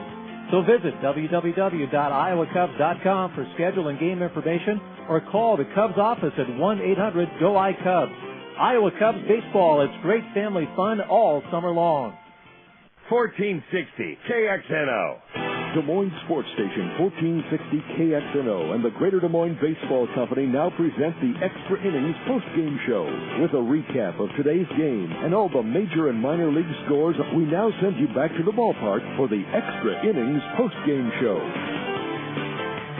Welcome back to Principal Park with Nate Toit. This is Dean Ellis, Steve Young, our producer-engineer, as the Iowa Cubs shut out the Salt Lake Bees 6-0. 6 runs, 6 hits, no errors for the Cubs. 5 left on base. Salt Lake, no runs, 3 hits, no errors, 2 left on. Ryan O'Malley, the winning pitcher, he's 2-2. Steve Shell, the loss at 0-1. A 2-hour, 27-minute game, 4,478, 4478. Tonight's attendance here at Principal Park, as the Cubs' record is now 14-22. Salt Lake at 23 wins and 14 losses. Remember, Felix P.A., first batter in the bottom of the first, homered for the Iowa Cubs. It stayed at 1-0 until the Cubs sent up 10 batters, and he erupted for 5 runs in the 8th inning, helped out by the wildness of Gwynn and Bolger, as Gwynn, in relief, hit Giovanni Soto, Brandon Singh back-to-back with a wild pitch in between. Felix P.A. sacrificed the runners to second and third. Augie Ojeda brought in 1 run with a single, another run scored on the wild pitch. Buck Coates had an RBI hit. Later in the inning, Casey McGee with an RBI hit, RBI single, also an RBI 2-out single for Mike Fontenot. Again, a 5-run 8th inning. Meanwhile, the Salt Lake Bees, leading the league in runs scored, were shackled, their bats shackled by Ryan O'Malley. He no-hit them, a perfect game through 5. Elwood with a leadoff base hit in the 6th inning. He later was out at second, caught stealing. So quite a game for Ryan O'Malley. David Artsma followed him. He was sharp, and then Michael Wirtz sharp again in the 9th inning. And 6-0 Nate. Again, Salt Lake, the top offensive, or one of the top offensive teams in the league, so we can't say enough about Cubs pitching tonight. And you're absolutely right. And Ryan O'Malley, so far since joining the rotation with Iowa, just another day at work for Ryan O'Malley. Came in here, went 6 2/3, 1 hit.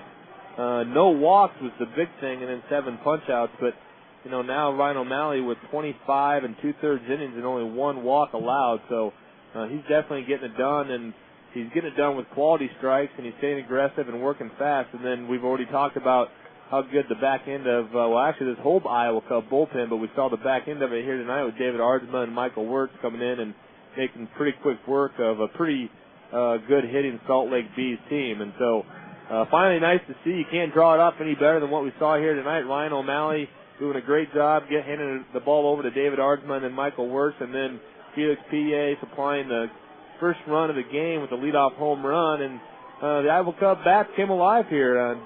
Mike Fontenot with a 2-hit game, and Casey McGee getting a base knock after he got married yesterday. So great to see, and maybe these Iowa Cubs now have turned the corner, and they can build off of this going into tomorrow's day game, and then an off day on Wednesday. So good to see, Dino, and we knew it was right around the corner, and it's pitching and defense of what gets you then. We saw that tonight, and then the offense came through with some timely hits when they needed it. And let's look now at the other scores, the other games in the Pacific Coast League, and a final from New Orleans. The Zephyrs over Sacramento 5-3.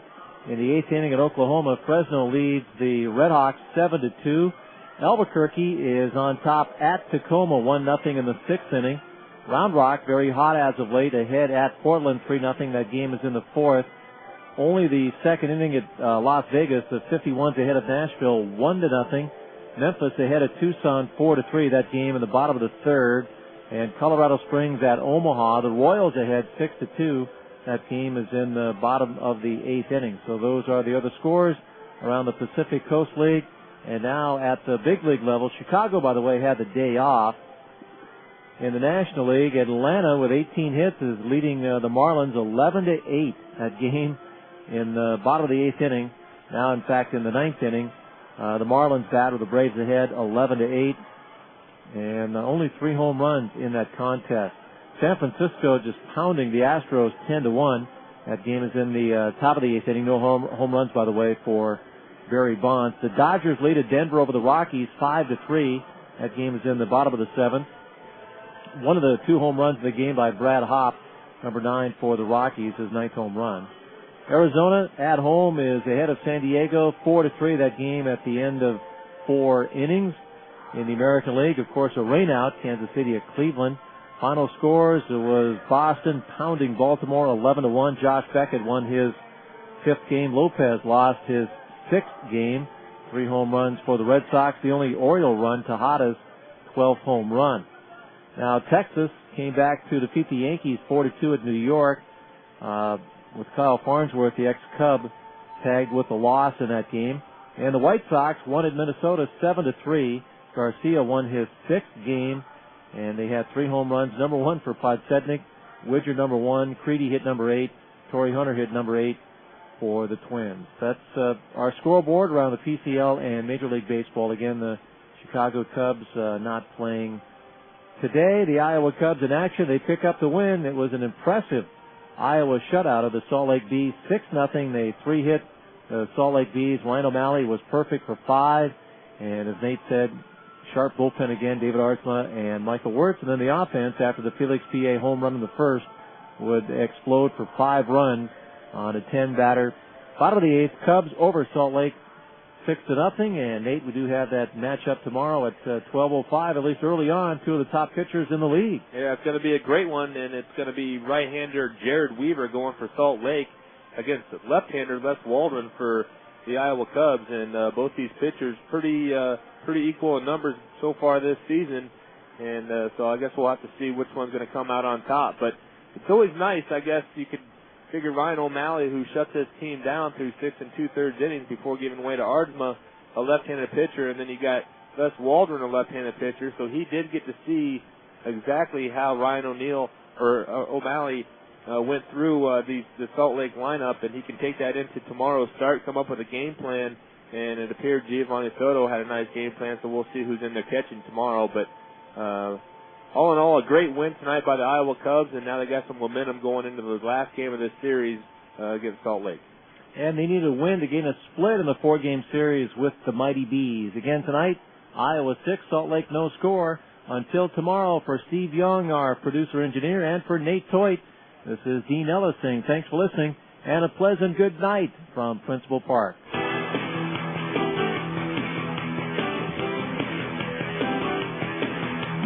Thanks for joining us for the Extra Innings Postgame Show, featuring a recap of today's iCubs game and all the scores. To follow Iowa Cubs action all season long, stay tuned to Des Moines Sports Station, 1460 AM KXNO, radio home of the Iowa Cubs.